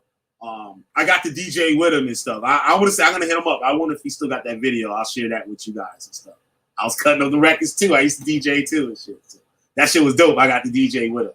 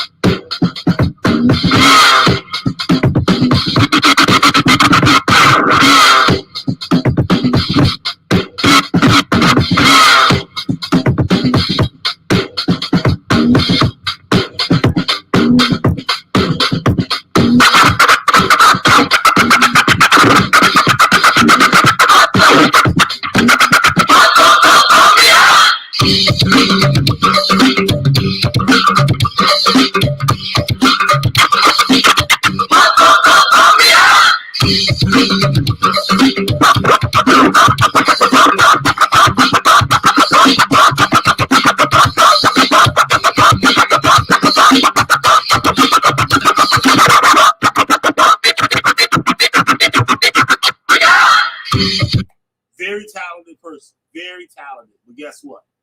He's in a cult. He's in a cult. Very talented. Extremely talented. Extremely talented. He's in a cult. He made a lot of money. I know he said he had some issues with the IRS. You know, black people shit, we get all that money, we pay no taxes and shit. Just keep that shit. But at that time, I don't know if that what drove, and his career wasn't like what it used to be. He still gets checks and shit. I actually know what he did too. The Michael Jackson song, Remember the Time? He did the Strax production on the Michael Jackson song, Remember the Time. Then remember the time when we stood in... Oh, I already. You know what I'm saying? Like, he did Strax production on that song. That was him. He's the only DJ to ever work with Michael Jackson on an album. He still get them royalty checks though. Every quarter. Every 4 months he get them motherfucking royalty checks and shit. But my man and shit, he's stuck in the cold. He's stuck in the cold. And won't steer away from it. And he's treated like the lowest. Like he should be a captain or elder or something up in there now. But, you know, I guess he been bucking up and shit, and they demoted him. Like, he got caught up with something, they demoted him. Back down to a regular member. So, I don't know. He never told me what exactly happened and stuff. But, like, he's still a great guy, man. He's a really great dude, man. Like I said, our last conversation didn't really go too well and shit. Like, it seemed that he changed a lot from who he used to be, like, you know what I mean? But I don't know. I still got love for him. Who else? We had some singers and stuff in there. There's a lot of talented people. IT people. There was people that came from North Carolina to set up their servers and everything in the cult for free. For free. That's big money. You setting up servers and shit like that. That's big fucking money. I got friends and shit that do IT. And this cult get a hold of them. And I know his career. He moved to Florida too. He said he moved to Florida. Colt probably made a move. All the members that I remember from New York, they no longer live in New York City. They live in other states, Texas, Atlanta, Florida. See, they'll teach you the stuff, and then when you get the stuff all memorized and everything, they can relocate you to build other groups. So you can have a whole congregation over you. Like you're in charge of the Connecticut camp. You're in charge of the New Jersey camp or whatever. They send you all over the place. Yeah, it's crazy, man. It's crazy. This coach shit, wild as hell. They get some of the best of us. Like you would think this man was making a lot of fucking money, you know, and shit went sour on him. And then you look for something. Maybe this wasn't meant for me. Maybe my God made all this shit happen to me to bring me to IUIC. Yup, organized. Yup, it said maybe God brought me to IUIC and stuff because I was in the world. I was in the wicked music industry. You know, all this stuff. You know what I mean? It's crazy. Crazy shit. What else had happened to IUIC? But yeah, like you should show that girl Ray story so that and just see what she says. Oh, I was looking through IUIC videos and I came across this. This lady's son was murdered. I didn't know that. And what about the dude, the IUIC member that killed the trainee? He went to have sex with a transsexual and went in the bathroom, came out with a gun and killed him. With his IUIC t-shirt on, I might add. Let me see if I can find that shit. Let's see. Pump it up. IUIC murder. Joy Morgan. Got plenty of videos on her. She was killed. That's her mother. I feel so bad for her. Look at the sister and shit. With a little thing on. Let's see what she got to say. Let's see what Joy Morgan said. I'm not satisfied with the outcomes of many. Shalom Israel, Most High in Christ bless. My name is Sister Misha, and with me I have Shalom family, Most High in Christ bless. My name is Sister Joy from IOC London. Lovely. So, Sister Joy, we're just going to be going through a few questions. The first question is, how long have you been with IOIC? Okay. So, coming up to January, I would have been congregating for 3 years.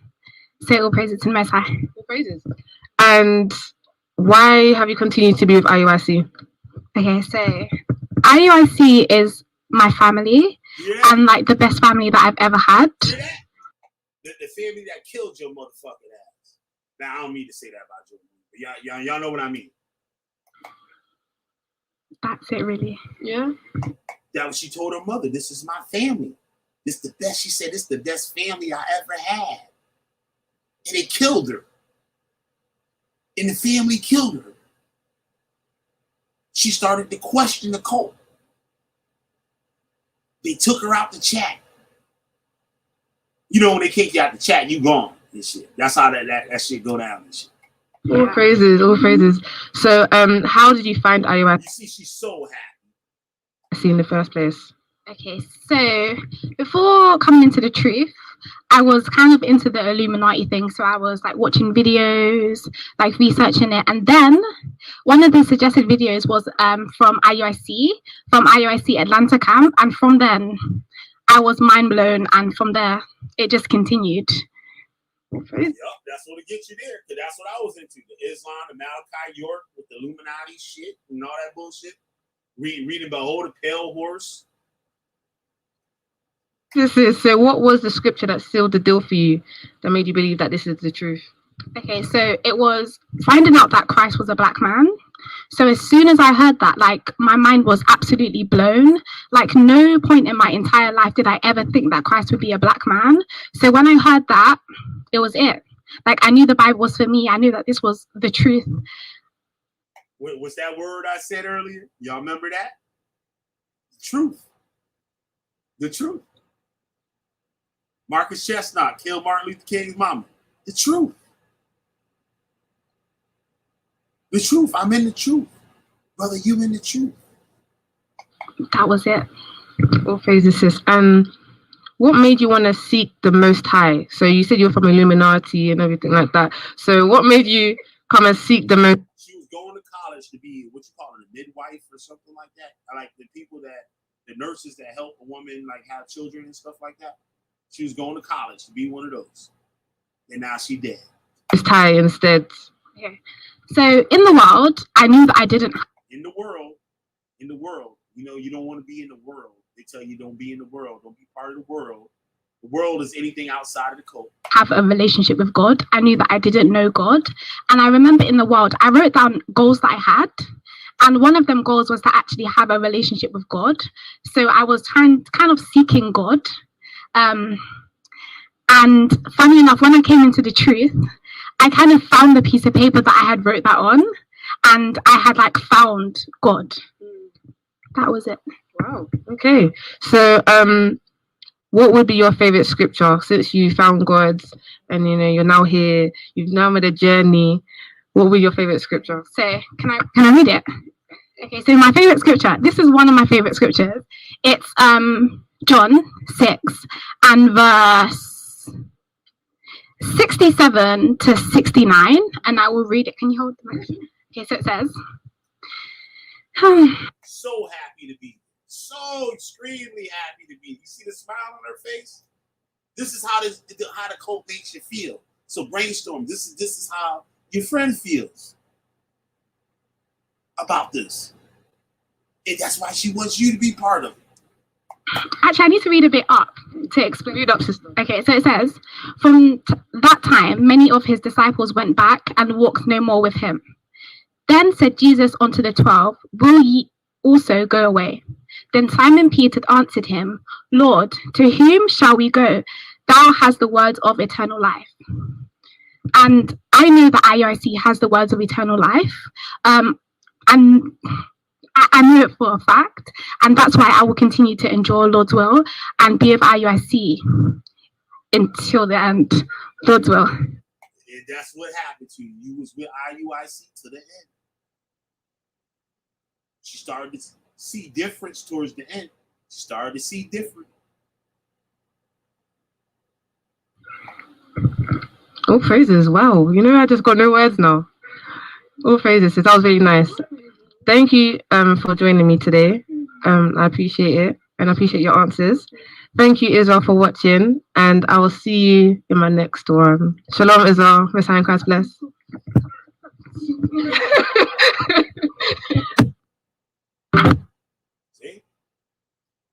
See that? Now look at this. This is the guy here. You go into prison as a young man, you come out as an adult, and then you've got to pick up relationships with your family, friends, and people who my family, for example, experience me.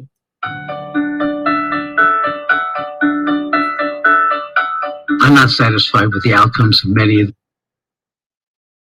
Survivors of religious abuse. This is a woman and stuff. She was a member of the IUIC also. Welcome back to my channel. My name. She doesn't really do cult videos no more. I don't really think.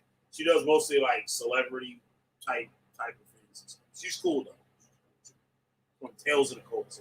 Is Gina Blue, and if you're new to my channel, I survived a Black Hebrew Israelite cult called Israel United in Christ, or better known as IUIC. Another beautiful sister, beautiful. She was a model and stuff before she was in. And I was in that group for a little over 2 years. And so on my channel, I tell my experiences, my outrageous memories that I remember of the group and just everything that comes to mind. So in this video, we're going to discuss the strange things in the IUIC cult, or any other forms that This happened after Joy Morgan was found missing, well, not found missing, went missing, right? They made the congregation sign a non-disclosure agreement. Excludes IUIC from any damages or injuries or thefts that you may experience at Passover or any other major events. I can almost guarantee that IUIC, if they have not already, Israel United in Christ, that destructive demonic cult, if they haven't already started creating non-disclosures and things like that, they will. I truly believe that they will. I truly believe they will definitely do that in the future. Okay? So that they can, so you don't have nobody to blame. You don't have nobody to sue when somebody steal your stuff. You don't have nobody. All right, and scores are okay. So the non-disclosure agreement page have been fun. Joshua is Stephen Comas, is head leader. Strange thing number 2. No one changed their name Hebrew but you. Legal names of IUIC head leaders. Malachi is Kevin Seaforth. Malachi from Atlanta is Edward Toney. Asaph is Marlon Dobson. Captain Joshua is Stephen Comas. Captain Isaiah is Carl Desravin. I know Lion and Asaph was the elder, and Malachi and Makaala. And I remember when I was in the group when the first time Nathaniel showed his ID saying his last name was changed to Israel. Notice we got Benjamin Israel. His last name is Israel too. But they were saying, well, he said, I'm not telling y'all to do it, but I'm just saying to think about it. So now Elder Nathaniel do it, so that's going to make the people do it. But you see here, leadership is not changing their motherfucking name.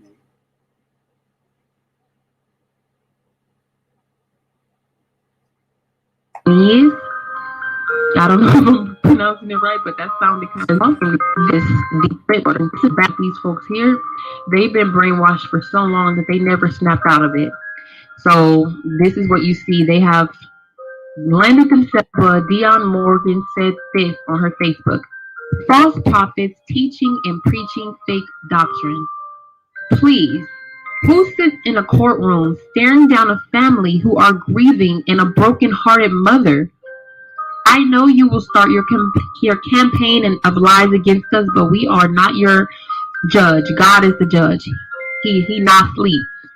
Now, Dion Morgan is Joy Morgan's sister. She had a white father. So they said that she is the devil. So Joy Morgan was calling her sister the devil. And now she's dead. And you see here, her sister is here to support her.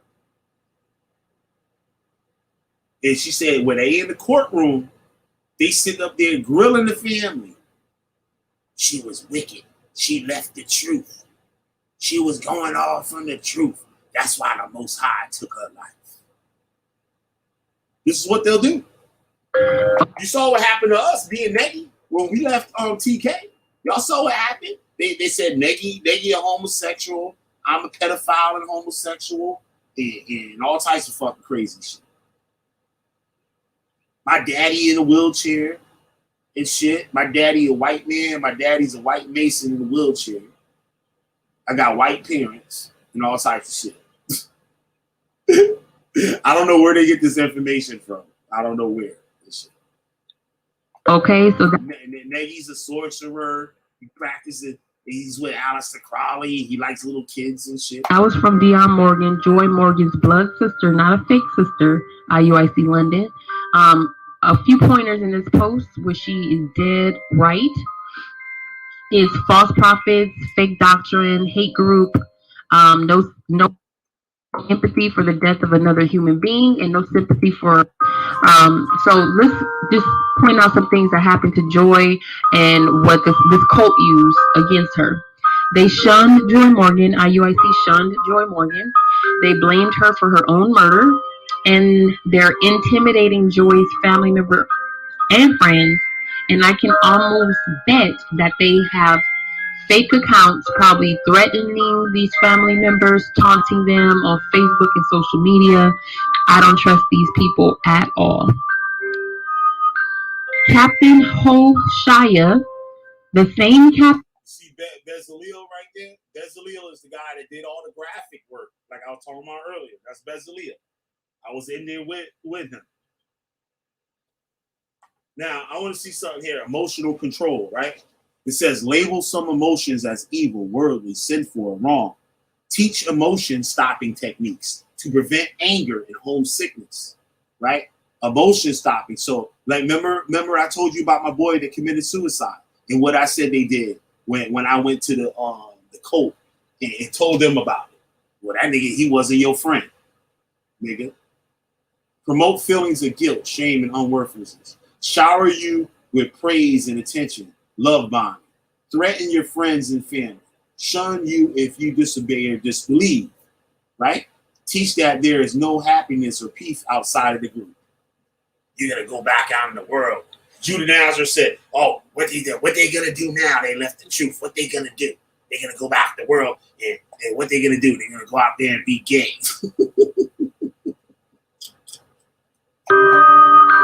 Captain Hoshaya, the perfect.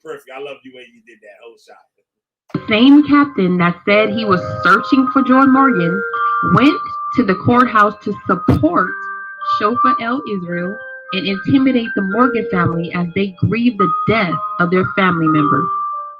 And this is just a snapshot from Facebook someone sent me.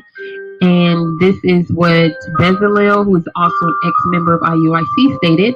Captain Hoshaya was in the hearing, mean-mugging Joy's mom and sister like a true street thug. Joy's own family posted about it. He held the line in the UK. Wow. Okay, you guys, remember to watch this live video. I'm going to post it above.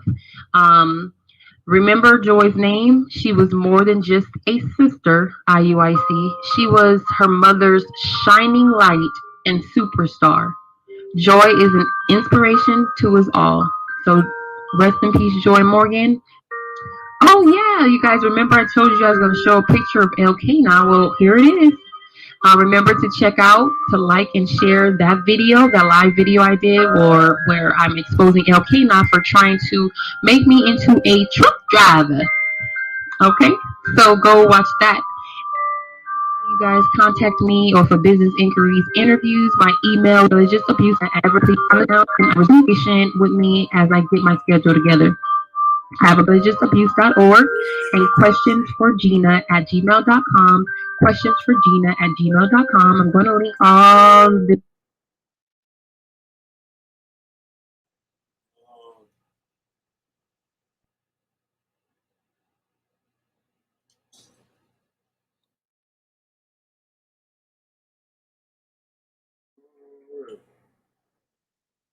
There he is, right there.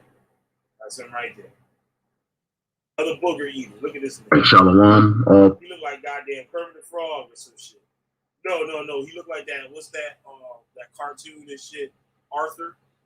That's the name of the shit. Arthur. Praise to Yahweh Ba'Shem Yahushai. Double honors to the apostles and elders at Great Millstone. And here's another quote talking about it. And why are they doing this? To get the members from over there with them. And blessings to the elect. All right, I'm pretty sure you brothers and a few sisters out there have seen this article circulating. I know a guy from the Sakari did a video on it, proving he was an IUIC member and all of that. I'm not going to talk too much about this, but, like before we get into this article, I basically want to say that IUIC is being used along with ISUPK and certain other groups. They made particular pacts with Esau and they thought that it was for their good, but they're being used to bring Israel onto the mainstream. And they're also being used to identify with Black Lives Matter, and they will be used to link Israel with domestic terrorists. And, I just wanted to say, all of you guys talked all of this crap about Great Millstone. All of you guys made it your duty to come up against us, So that's one piece of propaganda, transgender, because the LGBT movement is on the rise. This is their world right now. It says, 26 is accused of shooting 55-year-old Crystal Raquel Cash on his Facebook page. Lewis claims membership in Israel United in Christ, all right, which is IUIC,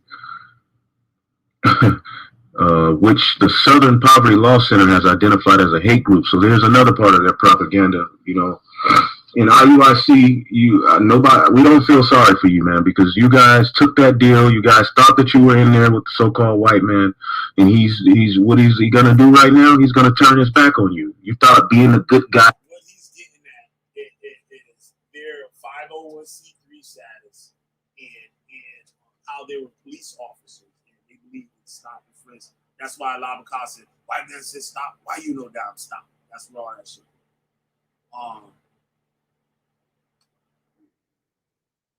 And then they killed the transsexual. Yeah, man, this shit crazy. Y'all be sitting here and shit like I just be bullshit. I'll be sitting right up here. This below. My website is survivorsofreligiousabuse.org. As your small business changes, your business insurance should too. It's time to get a second opinion on our insurance. Our small business. Welcome back to my channel, guys. Thank you so much for liking and sharing the videos. Thank you so much. I hope you did the first son before. Nephew. Us by herself, and she did a damn good job, because you know why? She's a registered nurse with her bachelor's degree, and they teach you that you can't go to school. You can't get no education. You're not supposed to. Hear that? That's a Remember I said that earlier. goddamn lie. That's a damn lie. You going in the world. What you worried about going to school for? That's other world. You ain't making no money. The hell with that money. You supposed to be getting these scriptures, brother. Building up the nation of Israel. I'm sorry for getting emotional, but it just hits home for me, because this is my experience. I experienced this, and they tell you to separate from your family. So you just got to forget everything that your family did for you. Without a reason. Without a reason at all. Sorry about this. I didn't mean for this to happen, but you know what? It is what it is. This is an emotional subject. All right. Number 20.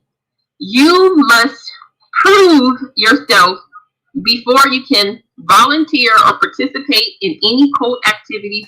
Now, she said prove yourself. Bezalel, who I was just talking about, the graphic designer. When I first came there the first day, he was printing t-shirts, right? And I was giving him some advice. I'm like, you're not really doing that shit right. I was like, yo, I can help you do this. He said, brother, you ain't been proven yet. You ain't been tried yet, brother. Hey, you ain't been proven. You ain't been proven in the truth. And I'm looking at this nigga. I'm like, nigga, I got 10 years on your ass already, nigga. Like, what the fuck is you talking about? Like, know what I'm saying? So he didn't know, like, I'm not like a noob. Like, I'm not just joining this shit. Like, I've been part of this bullshit, right? So I vented on Shem. Like I said, those are some long rides home, motherfucker. Me talking shit to Shem about how wicked the members are, right?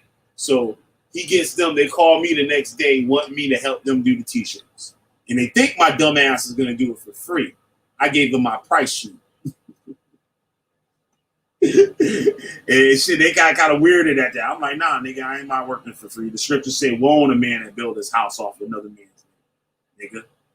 Such as the kitchen staff, event staff, sewing staff, fundraising staff, which I was a part of. I was in every group. I was in the kitchen staff.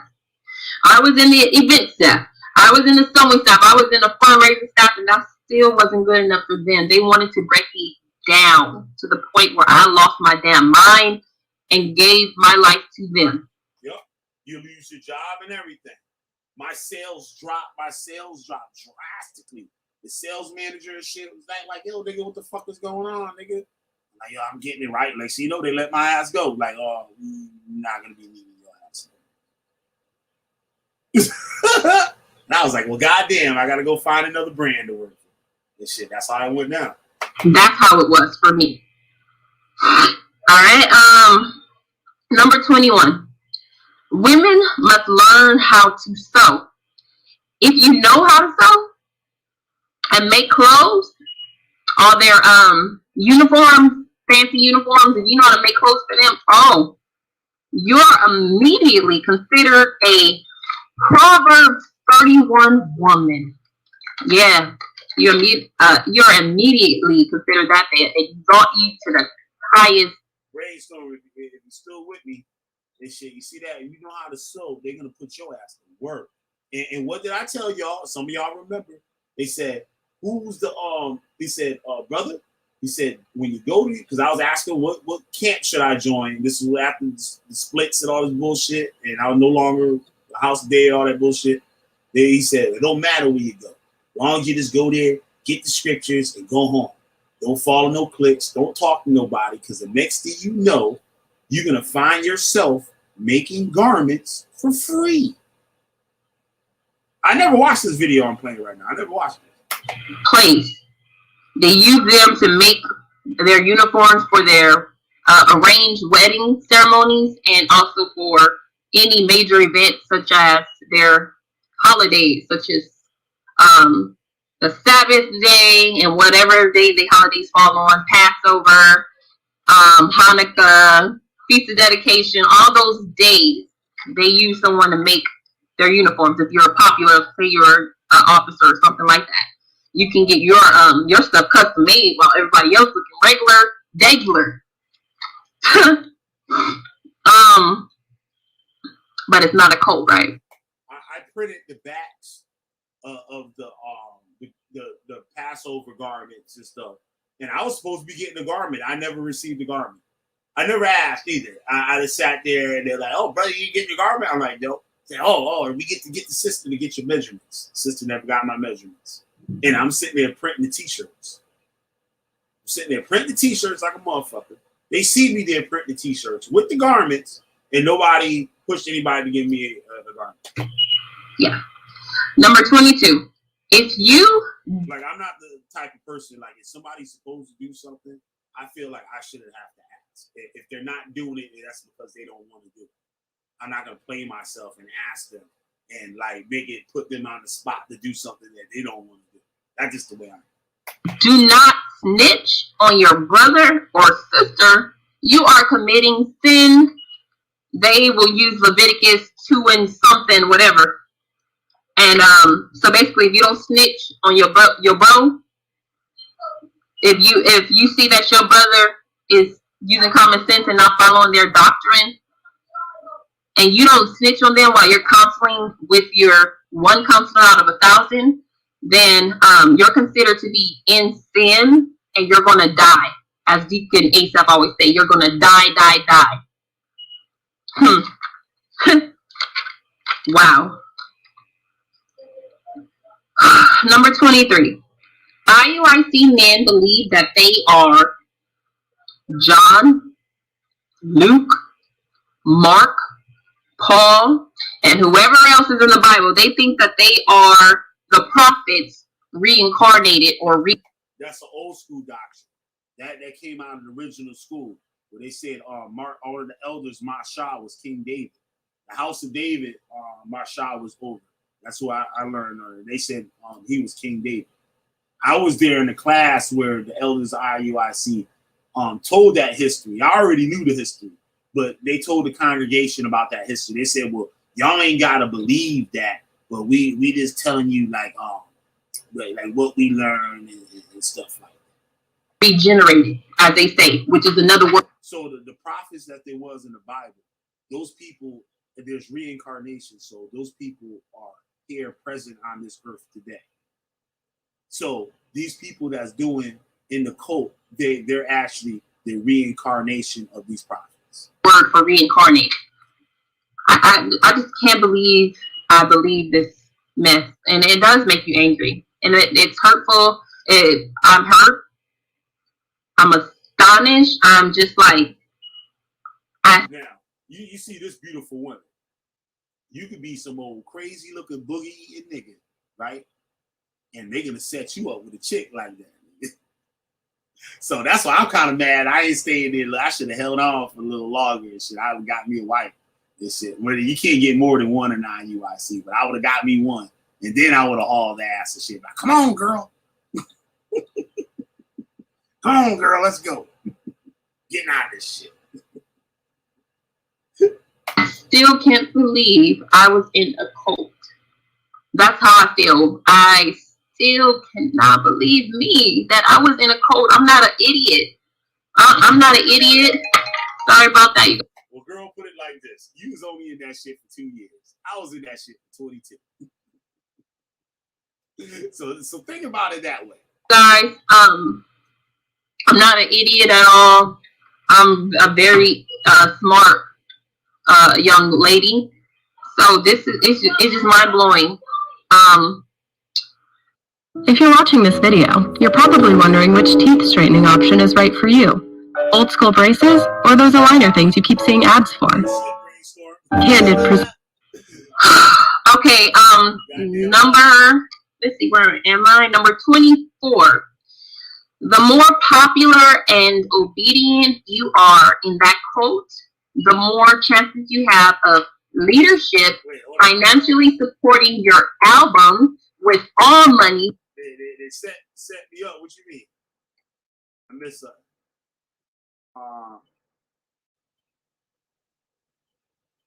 All I can do is make face masks. They were like, well, that's good enough, sister. You make face masks with the truth. You'd have been making face masks like a mug. It's not so good. They set you up. I don't know. Maybe you was talking about the t-shirts or something like that. I'm not sure. But yeah, this girl here. Oh, the marriage. Nah. I wish I should have kept my ass up in that motherfucker. Yeah, they do that. They give you a husband and a wife. The cult name Thug is called The Truth or some bullshit or whatever. But it's that. The name of the thing is called Thug, like the initials of it. That dude, his wife was in IUIC and she was engaged to him, but he was in another group, right? So they had a man, Ray Store. I don't know if your friend's married or not, but guess who she's gonna be getting married to? And her husband better be in it too. If she got a husband and he's not in the cult with her, they're gonna give her a year. They're gonna give her a year to make a decision. And he's gonna have to go. He's gonna have to go. And they're gonna give her a righteous husband. So this guy, they said, this is who you're gonna marry. And he went there to claim his woman. Yeah, they match you. Yeah, and they told him that's your wife and stuff. He went there to claim his woman and went to her house. They said the man was beat. A group of IUIC members went to the house and they tried to get her out the house. And they said they was beating her in the legs. They was punching her all in her legs and everything. And she said she was engaged to another man. Like, in hell no, you ain't. I don't know. They guess they find the liking. They like, know what I'm saying? Just like Ayana. I can see me. They pushing Ayana ass on my ass. The one that son got killed by the cops. I could see that. I could saw that shit right now, clear as day. Nah, she wasn't married. Oh, she's married. And he's in his as well. So they all set. They done. But let one of them wake up. Let the husband or her wake up from the cult and see what happened. That husband will drop her ass like a hot potato. Will drop her ass. I know a lady out here, a white lady, right? Her best friend, her daughter, married a black guy, right? They had 2 kids. And the guy he found IUIC. on the goddamn internet. And guess what happened? That motherfucker divorced his motherfucking wife and left the whole family with her.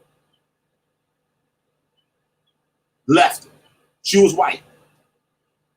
Left her. Mary Bennett. If you look at that first confessions video I did, I think that's the one that Mary Bennett is on. She was married 20-something years to a man that found IUIC and destroyed the whole marriage. They gave him an ultimatum. You got a year to convince your wife to join us, or she has to go. Or she has to go. You go back, she'll tell you. Mary Bennett. She be popping up in here now and then. You've seen her before up in here. Her name is Mary Bennett. She's on if you watch the confessions video, I believe that's the video that she's on.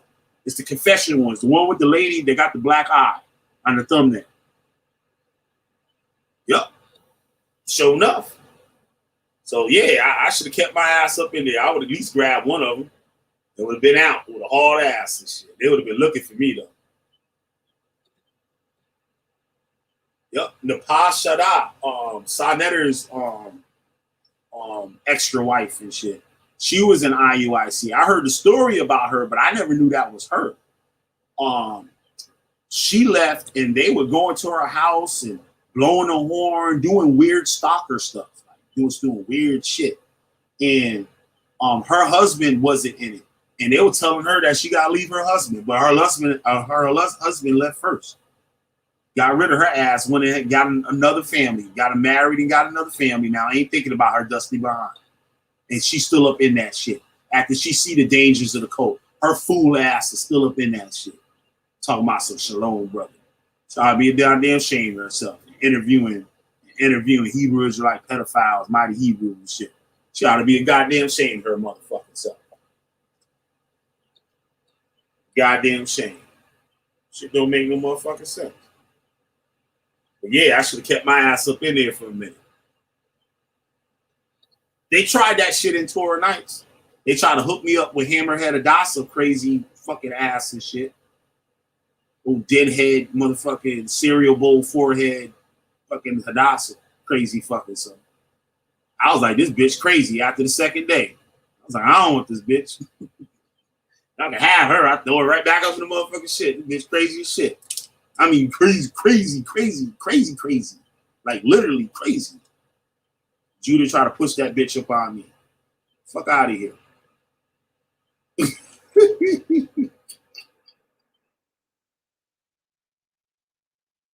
Some of these women are joining this shit to get a husband. Let some old crusty chick with a whole bunch of damn kids and shit, badass little kids, get hold of this shit. I'm gonna get me God-fearing man. Niggas start whipping your ass too and shit. The members, there are thousands of members, they use their money and they made a record label and a business called Original Royalty. I hate that word. I can never say it. Called Original Royalty. All right. But basically they sell like t-shirts. Yup. That was the dude. I can't remember that motherfucking name.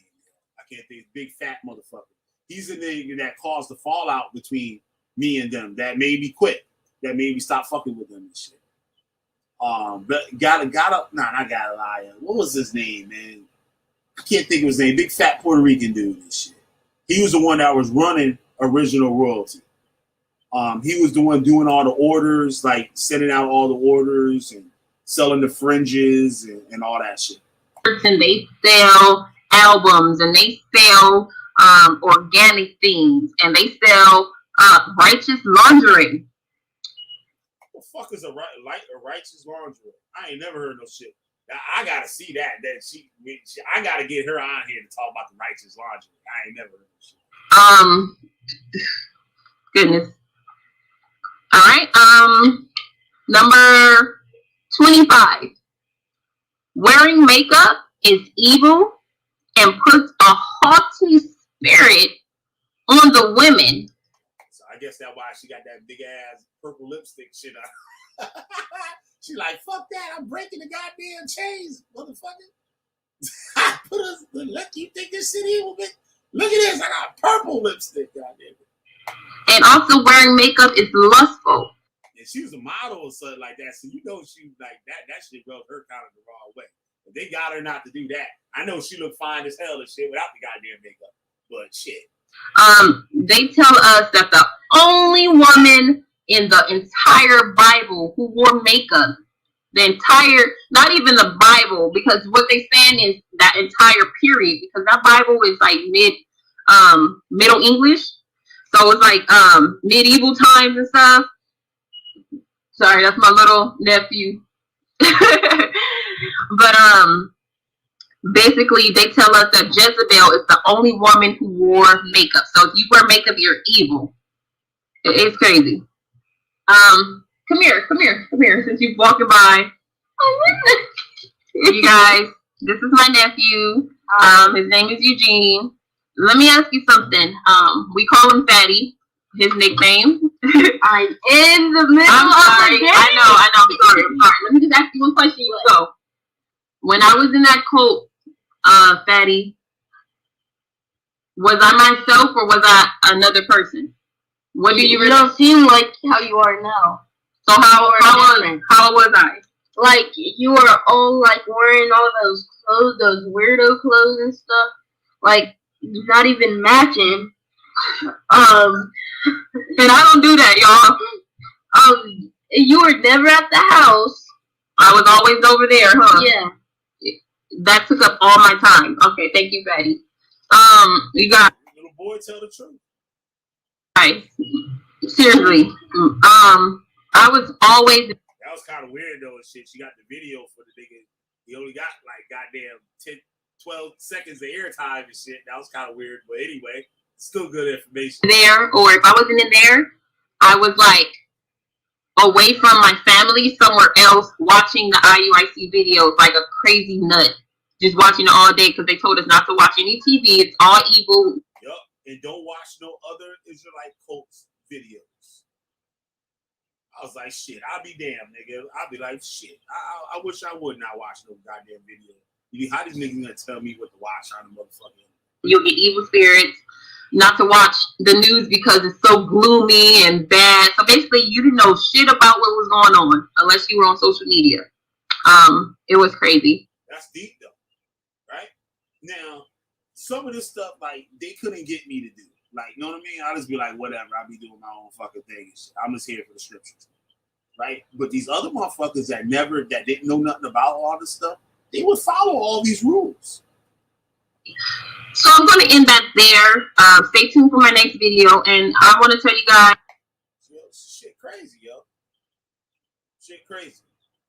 Y'all be thinking I'm be playing, yo. I be dead ass serious, yo. I be dead ass serious. Yeah, I think I'm gonna go. I gotta get to me something to eat. It's going to 5 o'clock in the morning. But wild shit, man. Told y'all it's wild shit. Don't be bullshitting. You see, the people be saying the same shit. I be saying, I ain't in no cult. The hell you ain't? I ain't in one of them camps. I'm not in no camp. It's the same thing, nigga. But you're saying Yahweh. You ain't in the camp, but you say Yahweh, nigga. That comes straight from the goddamn code. That you say you ain't a part of. But so you're stealing everything from the motherfucking code. And trying to make your own shit. That's even worse. Yep. I got I got invited to go on her show. I never sent the damn email. I be bugging. Yeah, I might try to hit her up. Yeah. Maybe because she ain't really been doing no cult videos like lately and stuff. She be doing like some other shit, like kind of stuff. It's still good entertainment. It's still a good channel. But yeah, man, it's crazy. I don't know what to tell y'all. Keep fucking around. And this can happen to any one of y'all. Yeah, this shit can happen to your daddy. This shit can happen to your mama. This shit can happen to your nephew, your cousin too. Makes you know niggas be all weirded out this shit. Like, mama, Where the ribs at? Boy, we don't make no damn ribs up in here. This is wicked. Better eat these turkey wings. Got no goddamn ribs up in here. You're wicked, nigga. Thank you, Brainstorm. I appreciate it. Thank you. See? This shit crazy, yo. I keep y'all hip, yo. I keep y'all hip to the shit now. And a lot of stuff, like, I be forgetting sometimes. Sometimes I repeat myself. Sometimes, like, we're talking, it sparks new things about it. Like, I got a whole bunch of stories. I got 22 years worth of goddamn stories. Like, you know what I'm saying? So, I tell y'all what I was doing when I wasn't actually in an organization, but still living the cult life. There was a lot of that period and stuff. I was not part of an organization. And I'm out here interacting with people. That's why I had like all this room, like to do and create doctrine the way I think it was. Like say like with Willie Grits and stuff. Chilling with Willie Grits. Me and Willie Grits used to sit out here and have mad conversations. Like the sun coming up now. Me and Willie Grits be out here chilling. This shit, I be telling about the Hebrew Israelites, what we believe. Half the shit, like before he died, he was asking about, I'm like, nigga, I told you this shit fucking like 10 years ago. His drunk ass don't remember none of that shit. But a lot of people don't understand it. Like you tell people that don't know nothing about it, like this shit go right over your head. Thank you, JD Hill. I appreciate it. That shit go right over their head. Like they don't understand it. Like my dad, he don't understand none of that shit. Nothing. He old as shit. Fuck around, niggas. All y'all niggas could have been dead. Fuck around, you don't know what the fuck going on in your own goddamn house. Shit crazy. Like your kids and shit. Your kids could be part of this. You got your kid up in the room with the internet and shit. They up on here watching IUIC videos. Calling you the goddamn devil. And don't think, they won't say go get your parents and shit if you want to join. They won't say that. They won't say that. Hop right up in here. When I was in TK and shit, we had high school kids up in there. It's funny that old dirty, nasty Nazareth and shit said, oh, he was in the chat, 16-year-old kid and shit. Like, nigga, you had 16-year-old kids in the cult. Nigga, you had multiple. Talking about James Henson and shit from the UK. I gotta get him. He been trying to get him on here a couple streams ago, but his thing wouldn't work for some weird reason. So this is around the time when his ass be up in the UK.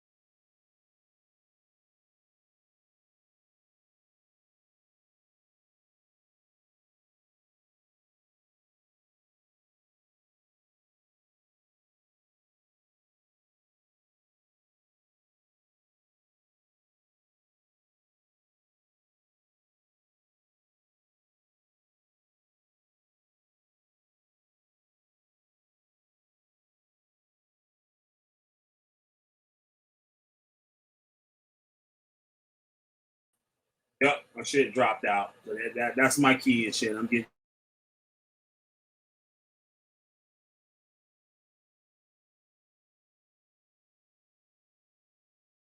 Get the hell up out of here. Thank y'all for tuning in. Hit that like, share, and subscribe button. Anybody like to support the channel and stuff? Cash App. Coke Busters in the description. And thank y'all for tuning in tonight. I appreciate it. I didn't really expect anybody to be hanging out tonight, but y'all did. Y'all rocking with me. I'm rocking with y'all. I'm Killer B, the Witch Finder General. Got a witch.